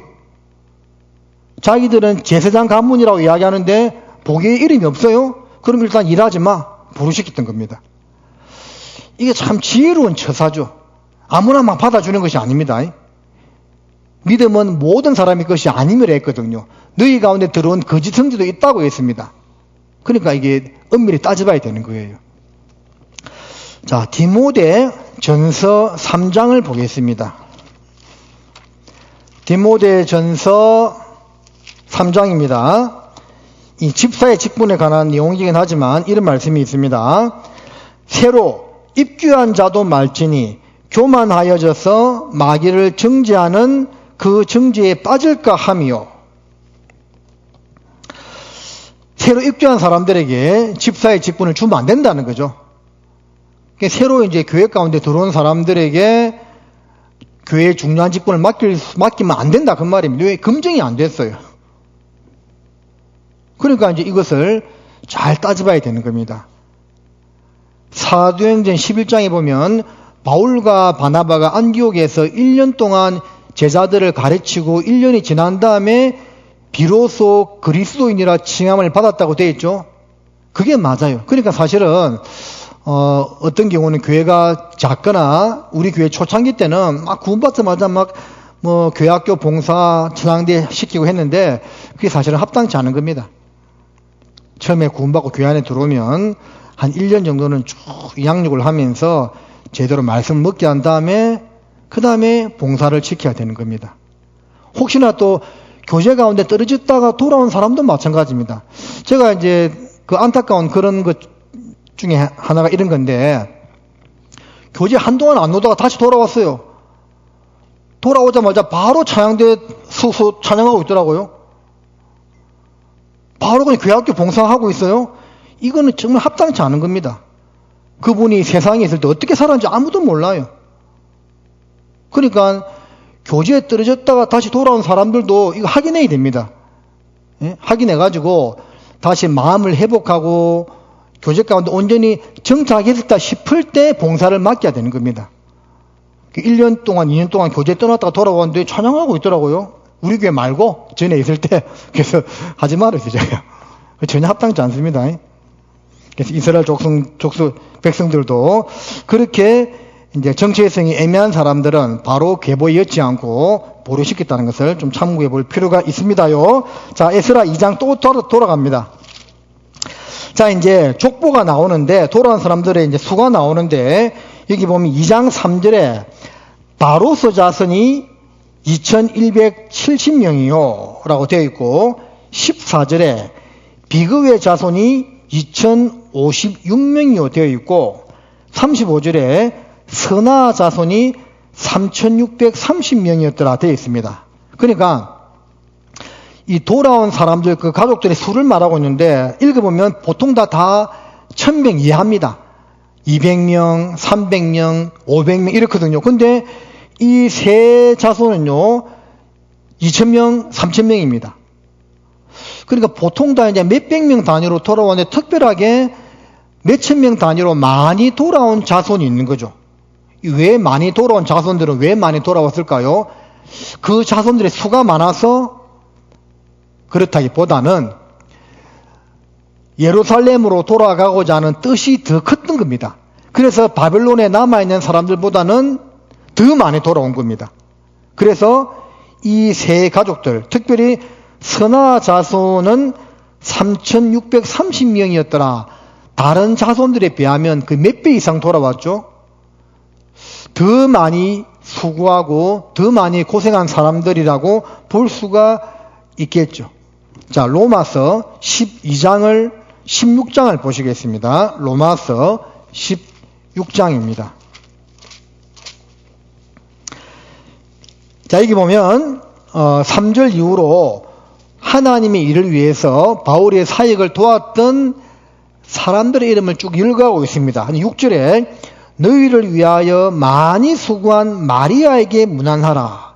자, 다른 사람들은 그냥 수고했다 이렇게 표현하고도 있는데, 많이 수고했다고 되어 있죠. 많이 돌아온 선아 자손들. 12절에도 주 안에서 수고한 드루베나와 드루베사에게 문안하라. 주 안에서 많이 수고하고 사랑하는 버시에게 문안하라. 자, 드루베나와 드루보사는 아마 자매였던 것 같습니다. 형제가요. 어쨌든 간에 형제인가 자매인 것 같아요. 이 사람들도 수고했지만 그냥 수고했다 이렇게 표현하고 있는데, 버시는 많이 수고하고 사랑하는 버시라고 표현하고 있죠. 돌아왔는데 어떤 자손들은 몇백 명 돌아왔는데, 어떤 자손들은 2000명, 3000명 많이 돌아왔다 그 말입니다. 그만큼 더 많이 수고하고 함께 협력했던 자들이라는 것을 알 수가 있는 것이고, 하나님은 이런 사람들을 다 기억하고 있다라는 겁니다. 작게 수고한 사람, 많이 수고한 사람, 물론 작게 수고한 사람도 칭찬하십니다. 그러나 많이 수고한 사람들 하나님 더 특별하게 기억하신다 그 말이에요. 한 문화씩 다 나누어 주었는데 그 한 문화로 5문화 남긴 사람과 10문화 남긴 사람에 대한 주님의 말씀이 틀리죠. 10문화 남긴 사람에게는 착하고 충성된 종아 10고를 차지하라고 되어 있죠. 근데 5문화 남긴 사람에게는 다른 칭찬이 없고 그냥 너도 5고를 차지하라 그렇게만 말씀하고 있거든요. 틀리다 그 말입니다. 그냥 수고한 것하고 많이 수고한 것, 몇백 명 돌아온 자손들하고 몇천 명 돌아온 자손들하고는 틀리다 그 말입니다. 하나님이 분명히 다르게 보신다는 것을 알 수가 있는 겁니다. 자, 에스라 이제 돌아가서 3장으로 가보겠습니다. 시간이 무슨 저렇게 되었네요. 어떤 시간 되면 마치겠습니다. 다 안 해도. 3장. 자, 3장은 이제 돌아온 백성들이 무엇을 하느냐를 이야기하고 있는데, 일단은 3장 1절에서 7절까지는 하나님께 번제와 초막제를 지킨 것에 대해서 이야기하고 있고, 자, 8절에서 13절까지는 성전 전지대 기초를 놓는 것에 대해서 말씀하고 있습니다. 자, 이 사람들이 남유다 백성들이 지금 왜 돌아왔죠? 성전 건축, 제2성전을 건축하기 위해서 돌아왔습니다. 그리고 돌아와가지고 각자 받은 땅에서 흩어져 살았죠. 본성에 의해서 살았습니다. 그 다음 해야 될 일은 뭡니까? 성전을 건축해야 되는데 바로 성전부터 건축한 것이 아니고 뭐부터 했죠? 하나님께 번제를 드렸습니다. 하나님께 희생제사를 드렸습니다. 짐승을 잡아서 희생제사를 드리고 그 다음에 초막절 절기를 지켰습니다. 그 다음에 성전 기초를 놓았던 겁니다. 우리한테 무엇을 교훈해주고 있습니까? 일이 먼저가 아니고 하나님과의 관계 회복이 먼저다는 것을 우리에게 보여주는 거죠. 3장 1절에 이스라엘 자손이 그 본승에 거하였더니 7월에 이르러 일제 예루살렘에 모인지라. 이게 흩어져 있다 모인 겁니다. 모였는데 2절에 요사닥의 아들 예수아와 그 형제 제사장들과 스알디엘의 아들 스룹바벨과 그 형제들이 다 일어나 이스라엘 하나님의 단을 만들고 하나님의 사람 모세의 율법에 기록된 대로 번제를 그 위에 드리려 할세 무리가 열국 백성을 두려워하여 단을 그 터 위에 세우고 그 위에 조석으로 여호와께 번제를 드리며 성전 건축 전에 하나님 앞에 희생 제사를 드렸다는 것은 무엇을 말하고 있습니까? 일단은 일하기 전에 신앙 회복이 먼저다. 마음가짐을 바르게 하는 것이 중요하다는 거죠. 어떤 마음가짐요? 하나님 앞에서 자기의 마음가짐을 올바르게 가지는 것이 먼저다는 겁니다. 그 다음부터 일을 해야 되는 겁니다.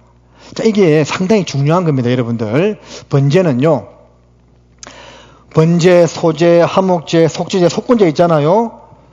우리가 볼 때는 죄를 사함받는 속죄제가 가장 중요할 것 같지만 번제가 제일 먼저 나와 있거든요. 번제는 왜 드립니까? 속죄함을 받은 사람이 하나님께 자기 자신을 드리기를 다짐하면서 하나님의 뜻대로 살기를 각오하면서 자기의 몸과 마음과 모든 것을 하나님의 일을 위해서 바칠 것을 각오하면서 드리는 제사가 번제였거든요. 하나님께 관계 회복이죠. 그게 문제다는 겁니다. 우리가 이 신앙생활 할 때도 가장 먼저는요, 하나님과 나 사이의 관계를 바르게 정립하는 것부터가 먼저 되어야 됩니다. 그래서 요한계시록 2장에 에베소 교회에 보내는 편지에서 뭐라고 말씀하고 있습니까? 첫사랑을 회복하라고 말씀하고 있죠. 에베소 교회에 칭찬도 했습니다. 이단을 몰아내고 말씀대로 했다는 걸 칭찬했지만 그러나 책망이 뭐였습니까? 첫사랑을 잃어버렸다는 거죠. 돌이키고 회개하라고 말씀했습니다. 우리가 하나님 앞에 우리의 마음을 올바르게 하고 그리고 하나님과의 관계를 먼저 합행의 관계, 주님께 내 자신을 드리겠다는 그런 마음의 자세가 먼저 갖추어진 다음에 교회 봉사, 어떤 일이든지 하는 것이 필요하다는 것을 말씀하고 있는 겁니다. 요한복음 21장에 예수님께서 베드로에게 뭐라고 말씀하셨습니까? 내 어린 양을 먹이라고 말씀했죠. 근데 내 어린 양을 먹이라 말씀하기 전에 어떤 말씀했습니까? 너가 날 사랑한다면, 그게 문제입니다. 내가 날 사랑한다면 내 어린 양 먹이라. 먼저 주님과의 관계가 온전했을 때 그 다음에 주님의 어린 양을 먹이라, 그 말입니다. 주님과의 관계가, 사랑의 관계가 정확히 정립되어 있지 않은데 어린 양 먹인다? 의미가 없는 겁니다. 먼저는 주님 사랑의 관계를 회복하고 그 다음에 교회 일 봉사다 하는 겁니다. 자, 그리고 여기 이제 4절에 보면 기록된 규례대로 초막제를 지켜 번제를 매일 정수대로 날마다 드리고, 자, 초막절과 번제를 이렇게 같이 드렸다는 걸 알 수가 있는데 왜 초막제를 했을까요? 1절을 다시 보면 이스라엘 자손이 그 본성에 거하였더니 몇 월이라고요? 7월. 자, 7월 1일이 나팔절이고 7월 10일이 대속제일이고 7월 15일부터 21일까지가 초막절이죠. 그러니까 이때 마침 모였을 때가 7월 달이었기 때문에 초막절을 지킨 겁니다. 아마 오순절 때 모였다면 오순절을 지켰겠죠. 7월 달이라서 이제 초막절 지켰는데 그 초막절의 의미는 뭡니까? 과거에 레위기 23장을 보면 하나님께서 400년 노예 생활에서 건져주시고 40년 강야 생활 가운데 낮에는 구름 기둥으로 밤에는 불 기둥으로 그들을 인도하고 보살펴 주시고 하늘에서 만나와 메추라기를 내려서 먹이고 입혀주신 그거에 대한 은혜를 감사하는 그런 기간이 초막절 기간이었습니다. 그래서 우리한테 적용해 본다면 역시 같은 내용이죠. 번제와 초막제, 성전을 짓기 전에 교회 일을 하기 전에 먼저는 하나님과의 관계, 사랑의 관계를 회복하고 하나님께서 나한테 베풀어 주신 은혜와 사랑이 무엇인가를 잘 마음에 새긴 다음에 일을 하는 것이 우선이라는 겁니다. 일을 해야 된다는 겁니다. 그 다음으로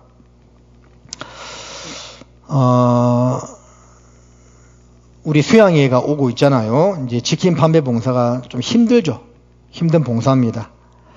전도는 더 힘들죠. 수양회 전도 및 봉사를 하기 전에 먼저 주님께 받은 은혜와 사랑을 생각하고 하나님께 대한 내 마음을 새롭게 하고 이 모든 봉사에 임해야만 됩니다. 그러지 않으면요, 힘들 때, 좋을 때는 괜찮은데 힘들 때 불평이 생겨.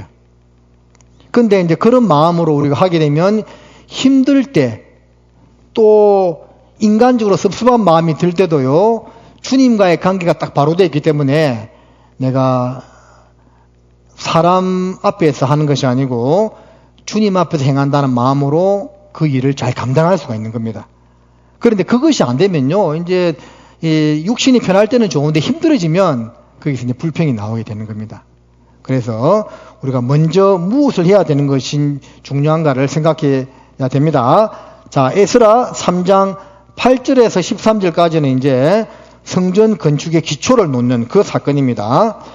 먼저는 하나님께 번제를 드리고 초막절 지키고 그 다음으로 이제 성전 기초를 놓았다. 그 말입니다. 3장 12절 보겠습니다. 제사장들과 레위 사람들과 족장들 중에 여러 노인은 첫 성전을 보았던 고로 이제 이전 지대 노임을 보고 대성통곡하며 여러 사람은 기뻐하여 즐거이 부르니. 자, 성전 기초가 이제 놓여졌는데 노인은 이 전지대가 노임을 보고 대성통곡을 했다고 되어 있습니다. 왜 대성통곡했을까요? 솔로몬의 제1성전을 보았거든요. 돌아온 사람들의 대다수는 포로 생활 중에 났던 2세대들인데 1세대, 그 1성전을 보았던 사람들 중에서도 일부가 돌아왔습니다. 70년이라는 생활을 마치고 돌아왔기 때문에 이때 나이가요, 뭐 적어도 90살 이렇게 되었겠죠. 그러니까 이들은 남유다가 망하기 전에 그 솔로몬의 1성전을 보았던 사람들입니다. 그런데 그 솔로몬이 지었던 1성전에 비하면 이 스룹바벨의 2성전은요 너무나 초라한 겁니다. 그러니까 너무 마음이 슬퍼서 대성통곡을 했던 겁니다. 비교가 되니까, 그죠? 비교가 되니까. 근데 이제 어떤 사람들은, 여러 사람은, 자, 여러 노인은 대성통곡했는데 여러 사람은 기뻐하여 즐거이 부르니라고 되어 있죠. 여기서 이제 기뻐하며 즐거이 불렀던 이 사람들은 누구였을까요? 제1성전을 보지 못했던 이 세대들. 이 사람들은 솔로몬 성전을 보지 못했기 때문에 그냥 이 제2성전의 기초가 놓여진 것만 봐도 막 좋은 겁니다. 그래서 기뻐했던 겁니다. 이게 참 사람이 먼저 뭘 경험하느냐가 참 중요한 것 같습니다. 사마리아 수가성의 여인이요, 남편 5살 받고 6번째하고 살았잖아요. 왜 그랬을까요? 만족이 안 돼. 첫 남편을 만나고 헤어졌겠죠. 자, 두 번째 남편은 좀 좋을 거라 생각했는데 성에 안 차는 겁니다. 5명 갈아치워도 마음에 안 드는 겁니다.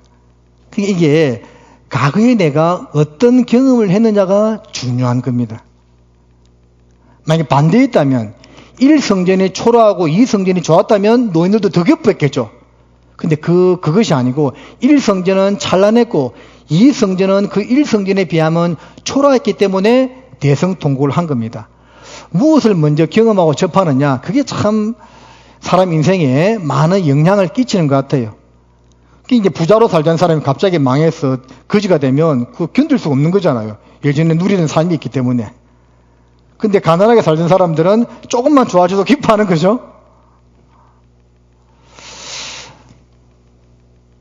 제1성전을 보지 못했던 여러 사람들은 이 성전의 기초만 보고도 기뻐했습니다.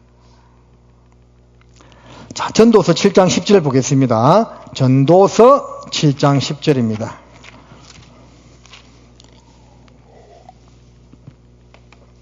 (7장 10절) 옛날이 오늘보다 나은 것이 어찌미냐 하지 말라. 이렇게 묻는 것이 지혜가 아니니라. 자, 옛날과 비교하지 않을 수는 없겠지만 옛날이 더 좋았다, 과거가 좋았다, 이런 말 하는 것이 지혜가 아니다는 겁니다. 그러니까 이 노인들도 과거 성전에 비해서는 초라했지만 그래도 돌아와서 지금 성전을 짓는다는 것 자체가 얼마나 대단한 일입니까? 그거로 인하여 만족했다면 더 좋을 뻔했죠. 이 교회 생활하면서 가끔씩 그렇게 이야기하는 분들도 있잖아요. 나도 옛날에 열심히 살았는데 그때가 좋았는데. 별 의미 없는 말입니다. 초창기 때는 교회 식구들이 몇 명 되지 않기 때문에 가족처럼 지냈겠죠. 근데 지금은 교회 규모가 그때 비하면 상당히 커졌기 때문에 그처럼 지낼 수는 없어요. 근데 그 시절을 그리워하면서 그때는 참 가족 같은 분위기였는데 별 의미 없는 말입니다. 교회가 커져도요, 얼마든지 가족처럼 지낼 수가 있습니다. 구역으로 쪼개지잖아요. 내 신앙이 옛날에는 좋았는데 지금은 이렇다. 그런 말은 크게 의미가 없는 말입니다. 그래서 빌립보서 3장을 보시겠습니다. 빌립보서 3장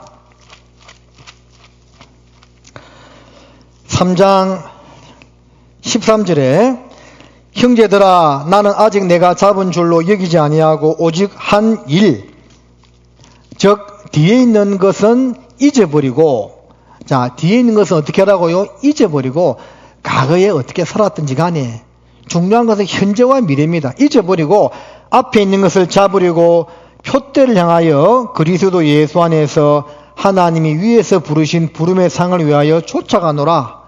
자, 과거는 잊어버리고 앞에 놓인 표대를 바라보고 현재 충실한 삶을 사는 것이 합당한 삶이라는 것을 한번 생각해야 되겠습니다. 자, 다시 돌아와서 이제 4장을 좀 보면, 4장은 이제 성전 건축 전지대를 놓았습니다. 언제요? 기원전 536년에 놓았는데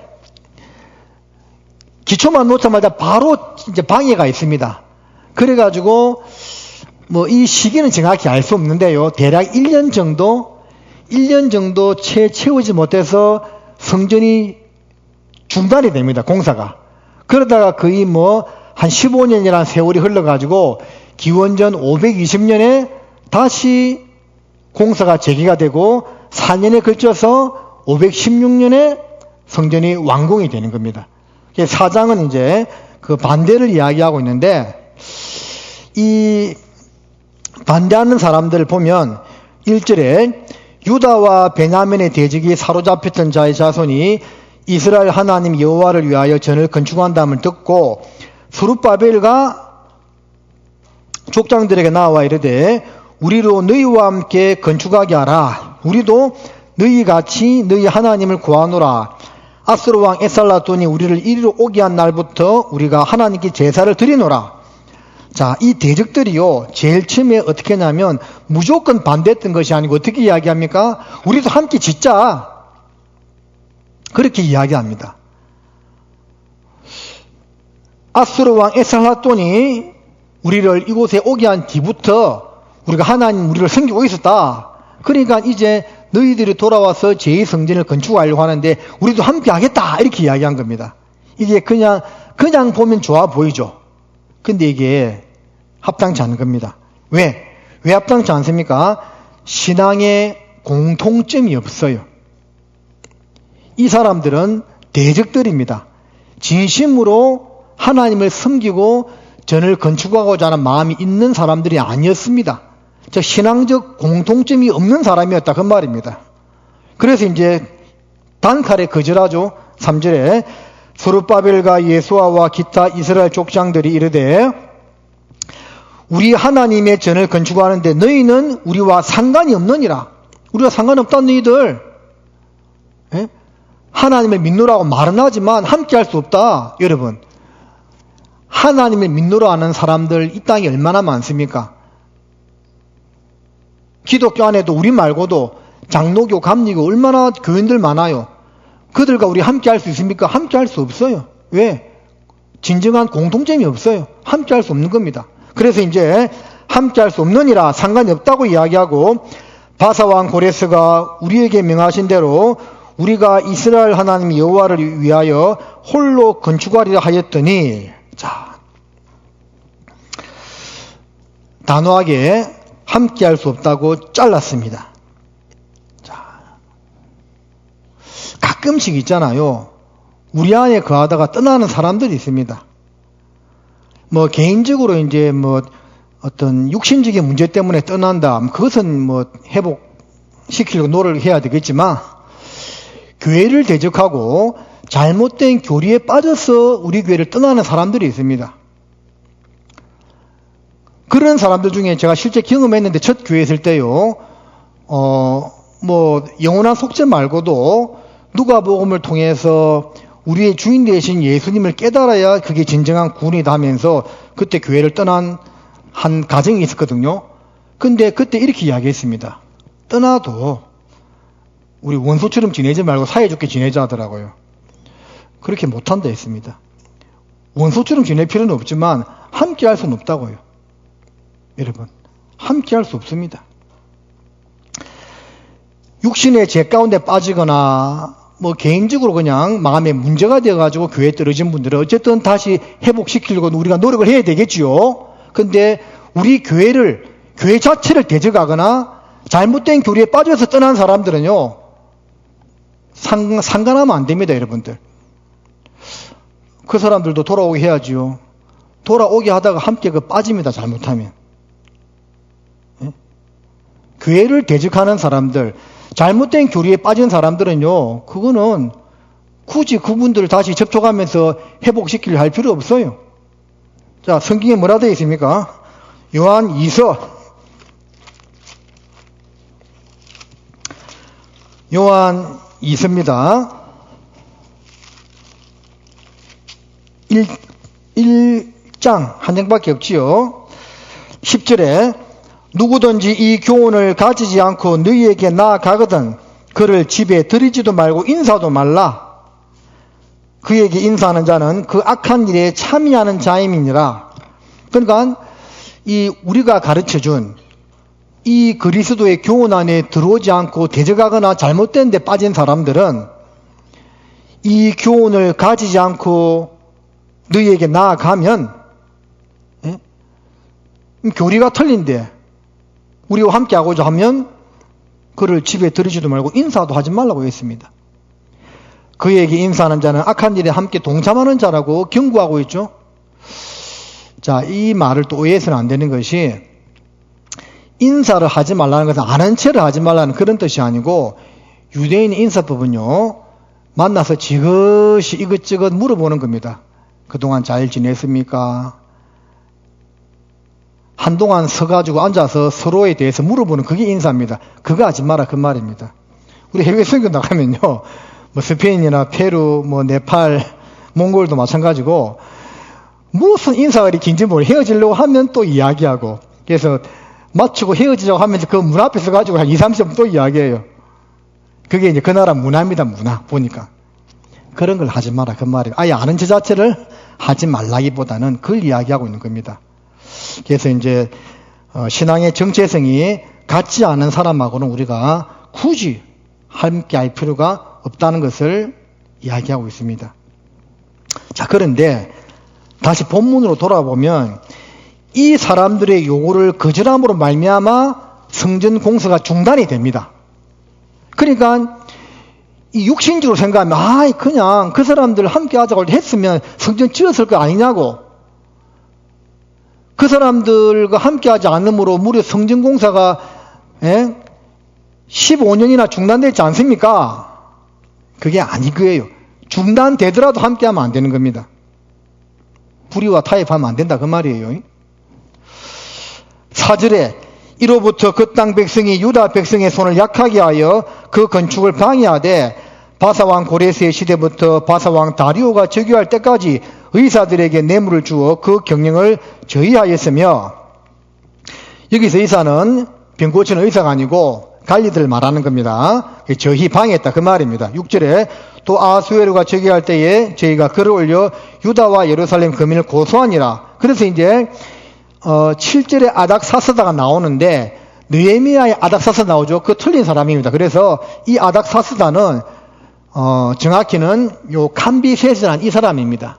자, 요 사람이 있을 때 이제 르움과 심세가 거짓 상소를 올려가지고 성전 공사가 중단이 됩니다. 그래서 23절에 아닥사스다 왕 캄비셋이라 봐야 되겠죠. 이 캄비셋 왕의 조서 초본이 르움과 서기관 심세와 그 동료 앞에서 낭독되며 저희가 예루살렘으로 급히 가서 유다 사람들을 보고 권력으로 억제하여 그 역사를 그치게 하니 이에 예루살렘에서 하나님의 전 역사가 그쳐서 바사왕 다리오 제2년까지 이르니라. 성전공사가 중단되는 겁니다. 기초 놓고 조금 일 좀 하려고 하는데 대적들의 방해로 중단되어 버린 겁니다. 그래서 이 단계가 있습니다. 악한 자들도 어떻게 하냐면 첫 번째는 함께 할까 이렇게 하는 겁니다. 거절하니까 본 모습을 드러내고 핍박과 방해를 하는 겁니다. 이게 악한 자들이 일하는 모습이라 할 수가 있겠습니다. 자, 결국 이제 성전 건축은 중단이 되었습니다. 자, 중단되더라도 그들과 함께 할 수 없다는 겁니다. 더디 가더라도 우리가 올바른 길로 가야지 잘못된 사람들과 연합해서는 안 된다는 겁니다. 자, 그리고 이제 세월이 흘렀습니다. 세월이 흘러가지고 한 15년 흘렀는데 이제 성전 건축이 이제 늦어지다 보니까 돌아온 유다인들의 마음도 느슨해졌습니다. 마음이 이제 그 생활에 적응이 되었던 겁니다. 그래서 하나님이 그들을 일깨웁니다. 5장 1절에 선지자들 곧 선지자 학개와 이또의 손자 스가랴. 자, 이 학개 스가랴, 학개 스가랴 말라기, 그 학개와 스가랴입니다. 스가랴가 이스라엘 하나님의 이름을 받들어 유다와 예루살렘에 거하는 유다 사람들에게 예언하였더니 무슨 말입니까? 너희들 성전 공사가 중단된 지가 15년이나 흘렀는데 왜 이렇게 가만히 있느냐? 건축 안 할기가 물은 겁니다. 건축할래 말래? 할게요. 할게. 그래서 할게입니다. 외우기 쉬우라고요. 중요한 것은 5장 1절 중간에 하나님의 이름을 받들어. 그냥 맹목적으로 건축해라 이렇게 좋은 것이 아니고 하나님의 이름을 받들어. 왜 건축을 해야 되는지를 설명했다는 거죠. 우리가 돌아온 목적이 뭐냐? 제2성전 건축을 위해서 돌아온 것 아니냐? 성전이 빨리 건축이 되어야만 하나님께 제사 지내고 하나님께 영광을 돌릴 수 있지 않느냐? 다시 성전 공사를 재개해야 되는 이유에 대해서 성경적으로 정확히 밝혔다 그 말이에요. 무조건 하자 한 게 아니고요. 우리도 마찬가지죠. 왜 건축했습니까? 예? 돈 안 들고 편안하게 그냥 영산포 교회당에 있어도 되는데 왜 건축했죠? 결국은 더 많은 사람들 전도하기 위해서죠. 그 과정 중에 우리는 지금 있습니다. 그 목적이 분명하죠. 그게 아니었다면 우리만 좋아라고 한다면 그냥 거기 있어도 상관이 없었겠죠. 그래서 하나님의 이름을 받들어 목적을 분명히 하고 유다인들을 일깨웠던 겁니다. 2절에 이에 스알디엘의 아들 스룹바벨과 요사닥의 아들 예수아가 일어나 히브리어 쿰 자리에서 일어나다 예루살렘 하나님의 전 건축하기를 시작하며 하나님의 선지자들이 함께하여 돕더니 학개와 스가랴는 예언자 선지자고 스룹바벨은 총독이고 여호수아는 대제사장입니다. 그러니까 말씀으로 그들을 격려하는 사람이 있고 직접 몸으로 움직이는 사람이 있었다는 거죠. 말씀으로 격려하는 사람은 학개와 스가랴고 몸으로 움직이는 사람은 스룹바벨과 여호수아 남은 백성들이었다 그 말입니다. 이게 이제 오늘날에도 똑같이 되는 거죠. 물론 우리 다 함께 되지만 일단 전도회는 말씀으로 성도들을 권고하고 성도들은 그 말씀을 듣고 이제 마음의 변화를 받아서 행함으로 옮기는 그런 모습이 이어져야 되는 겁니다. 제가 지난번 이제 설교할 때 로마서 6장 17절 말씀한 적 있죠.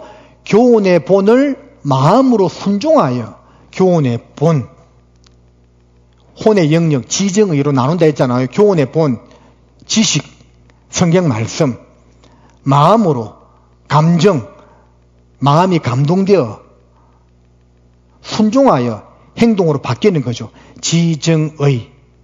순서가 맞죠? 교훈의 본을 마음으로 순종하여 학개와 스가랴는 말씀으로 그들을 건면하고 그리고 마음의 감동을 받고 스룹바벨과 여호수아는 행동으로 옮긴 겁니다. 자, 우리 삶 가운데 이런 것들이 정말 잘 이루어져야만 되겠습니다. 자, 에스라 5장 6절부터 이제 17절까지는 다리오 왕이 과거에 고레스 왕이 칙령을 확인한 다음에 건축 재개를 허락하는 그 내용입니다. 그래서 6장 이어서 이제 6장 1절에서 12절까지도 그 조서를 확인하고 성전 건축을 다시 허락한 그 내용들이 나와 있습니다.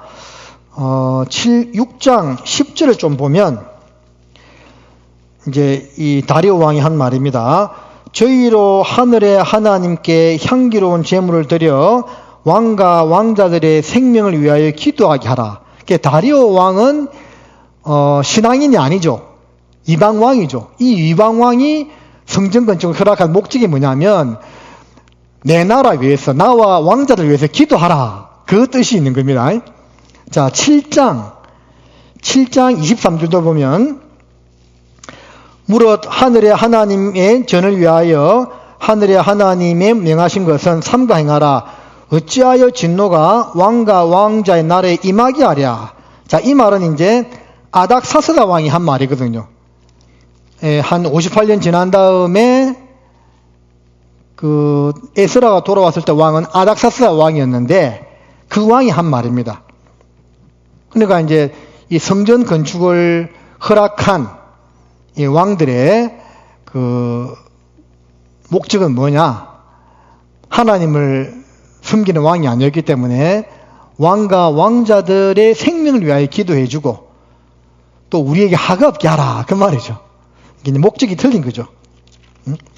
이방인들이 바라보는 성전 건축의 목적은 틀리다는 것을 좀 알 수가 있습니다.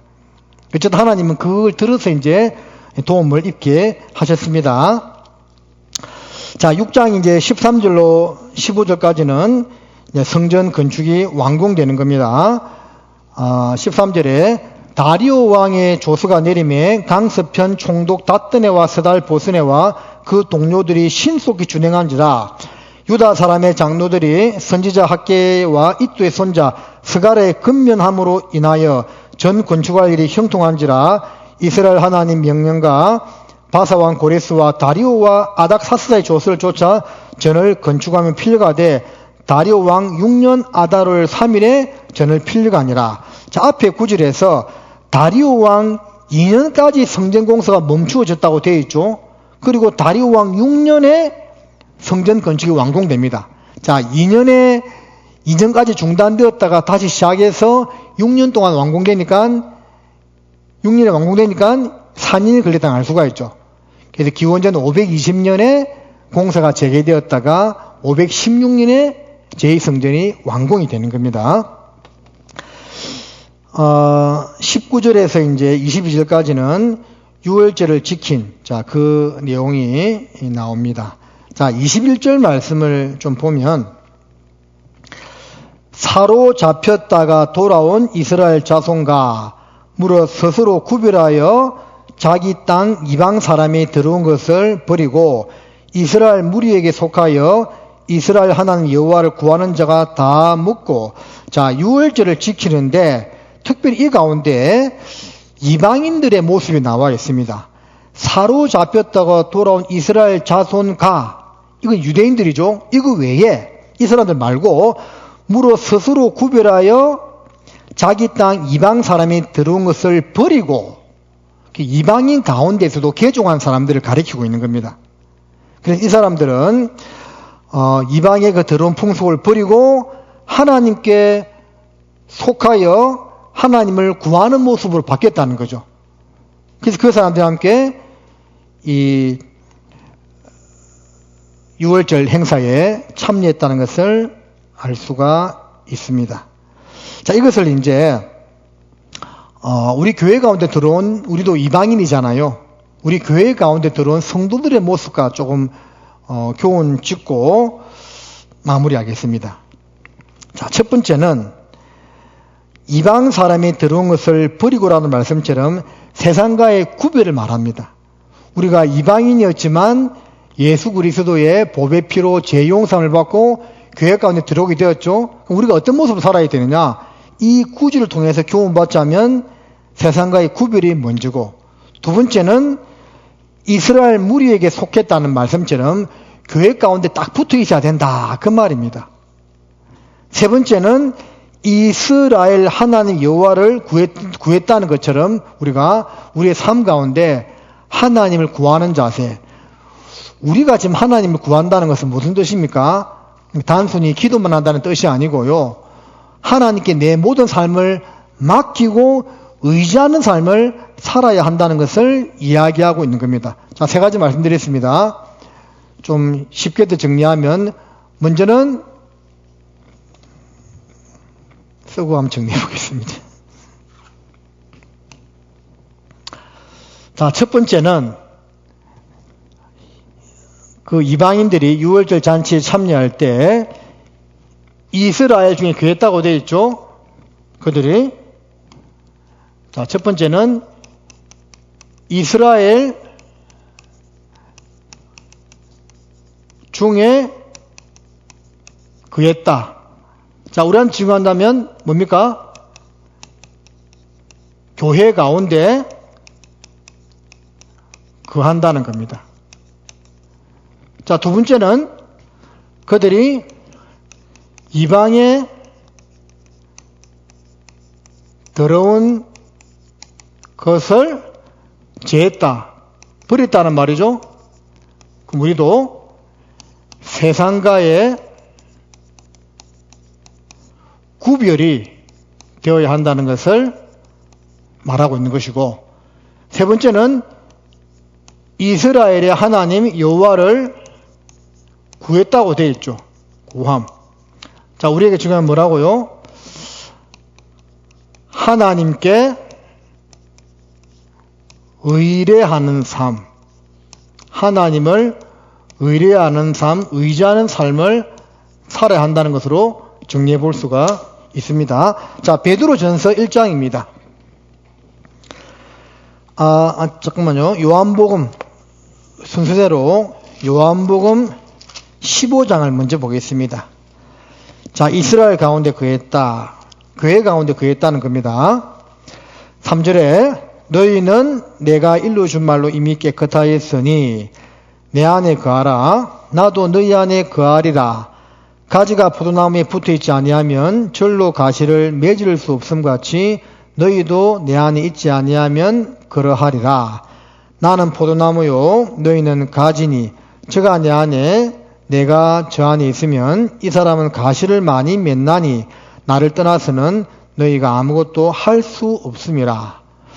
자, 그들이 유월절 잔치에 참여했습니다. 이스라엘 무리에 속했습니다. 우리가 유월절 어린 양의 대속의 공로를 통해서 구원을 받았습니다. 그렇다면 이스라엘 무리에게 속한다는 것처럼 이 교회 가운데 온전히 거하는 삶이, 끝까지 거하는 삶이 되어야 한다라는 겁니다. 자, 두 번째는 스스로 구별하여 이방인들이 들어온 것을 버렸다는 말씀처럼 세상과의 구별된 삶이 되어야 됩니다. 베드로 전서 1장입니다. 1장 14절에 너희가 순종하는 자식처럼 이전 알지 못할 때에 쫓던 너희 사역을 본삼지 말고 오직 너희를 부르신 거룩한 자처럼 너희도 모든 행실에 거룩한 자가 되라. 기록하였으되 내가 거룩하니 너희도 거룩할지어다 하셨느니라. 들은 것을 버린다. 자, 세상과의 구별. 하나님이 거룩하기 때문에 우리도 그 거룩한 모습을 따라가야 된다라는 겁니다. 자, 여호와를 구했다. 하나님께 모든 것을 의뢰하고 맡기는 삶이 되어야 됩니다. 잠언 3장입니다.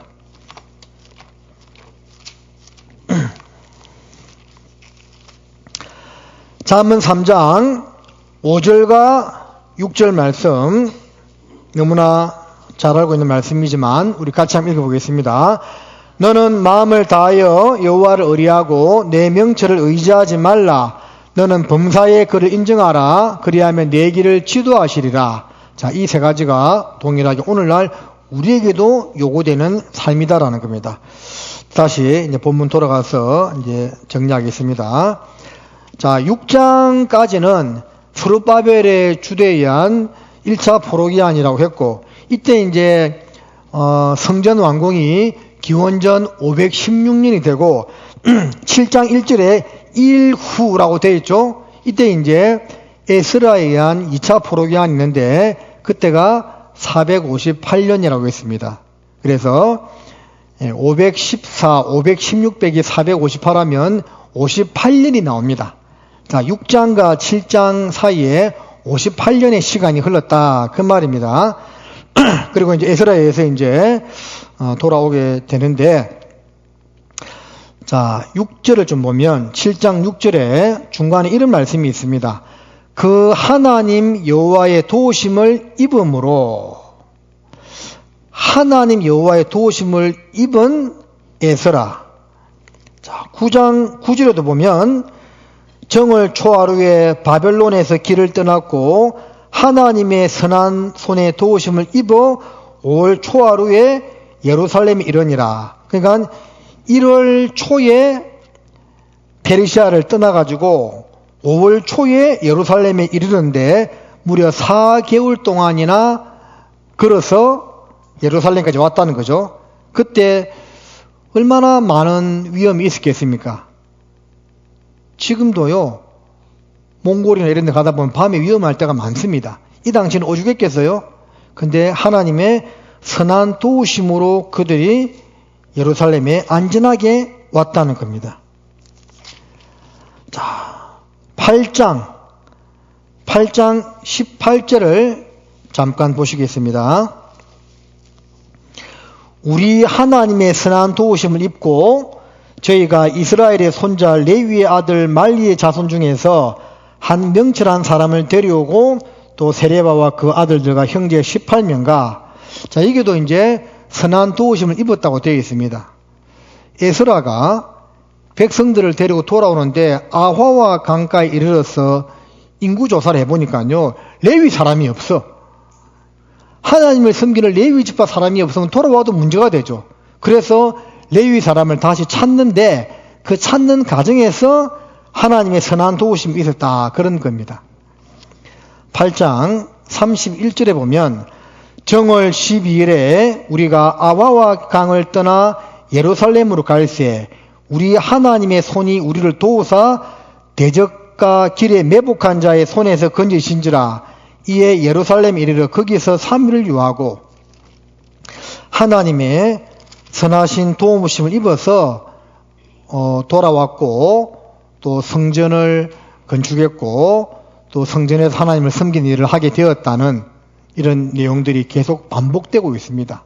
그러면 하나님의 선한 도우심을 우리도 입어야 되잖아요. 입는 조건은 뭡니까? 앞에서 말씀드렸지만 이 말씀을 한번 보겠습니다. 에스라 7장 10절입니다.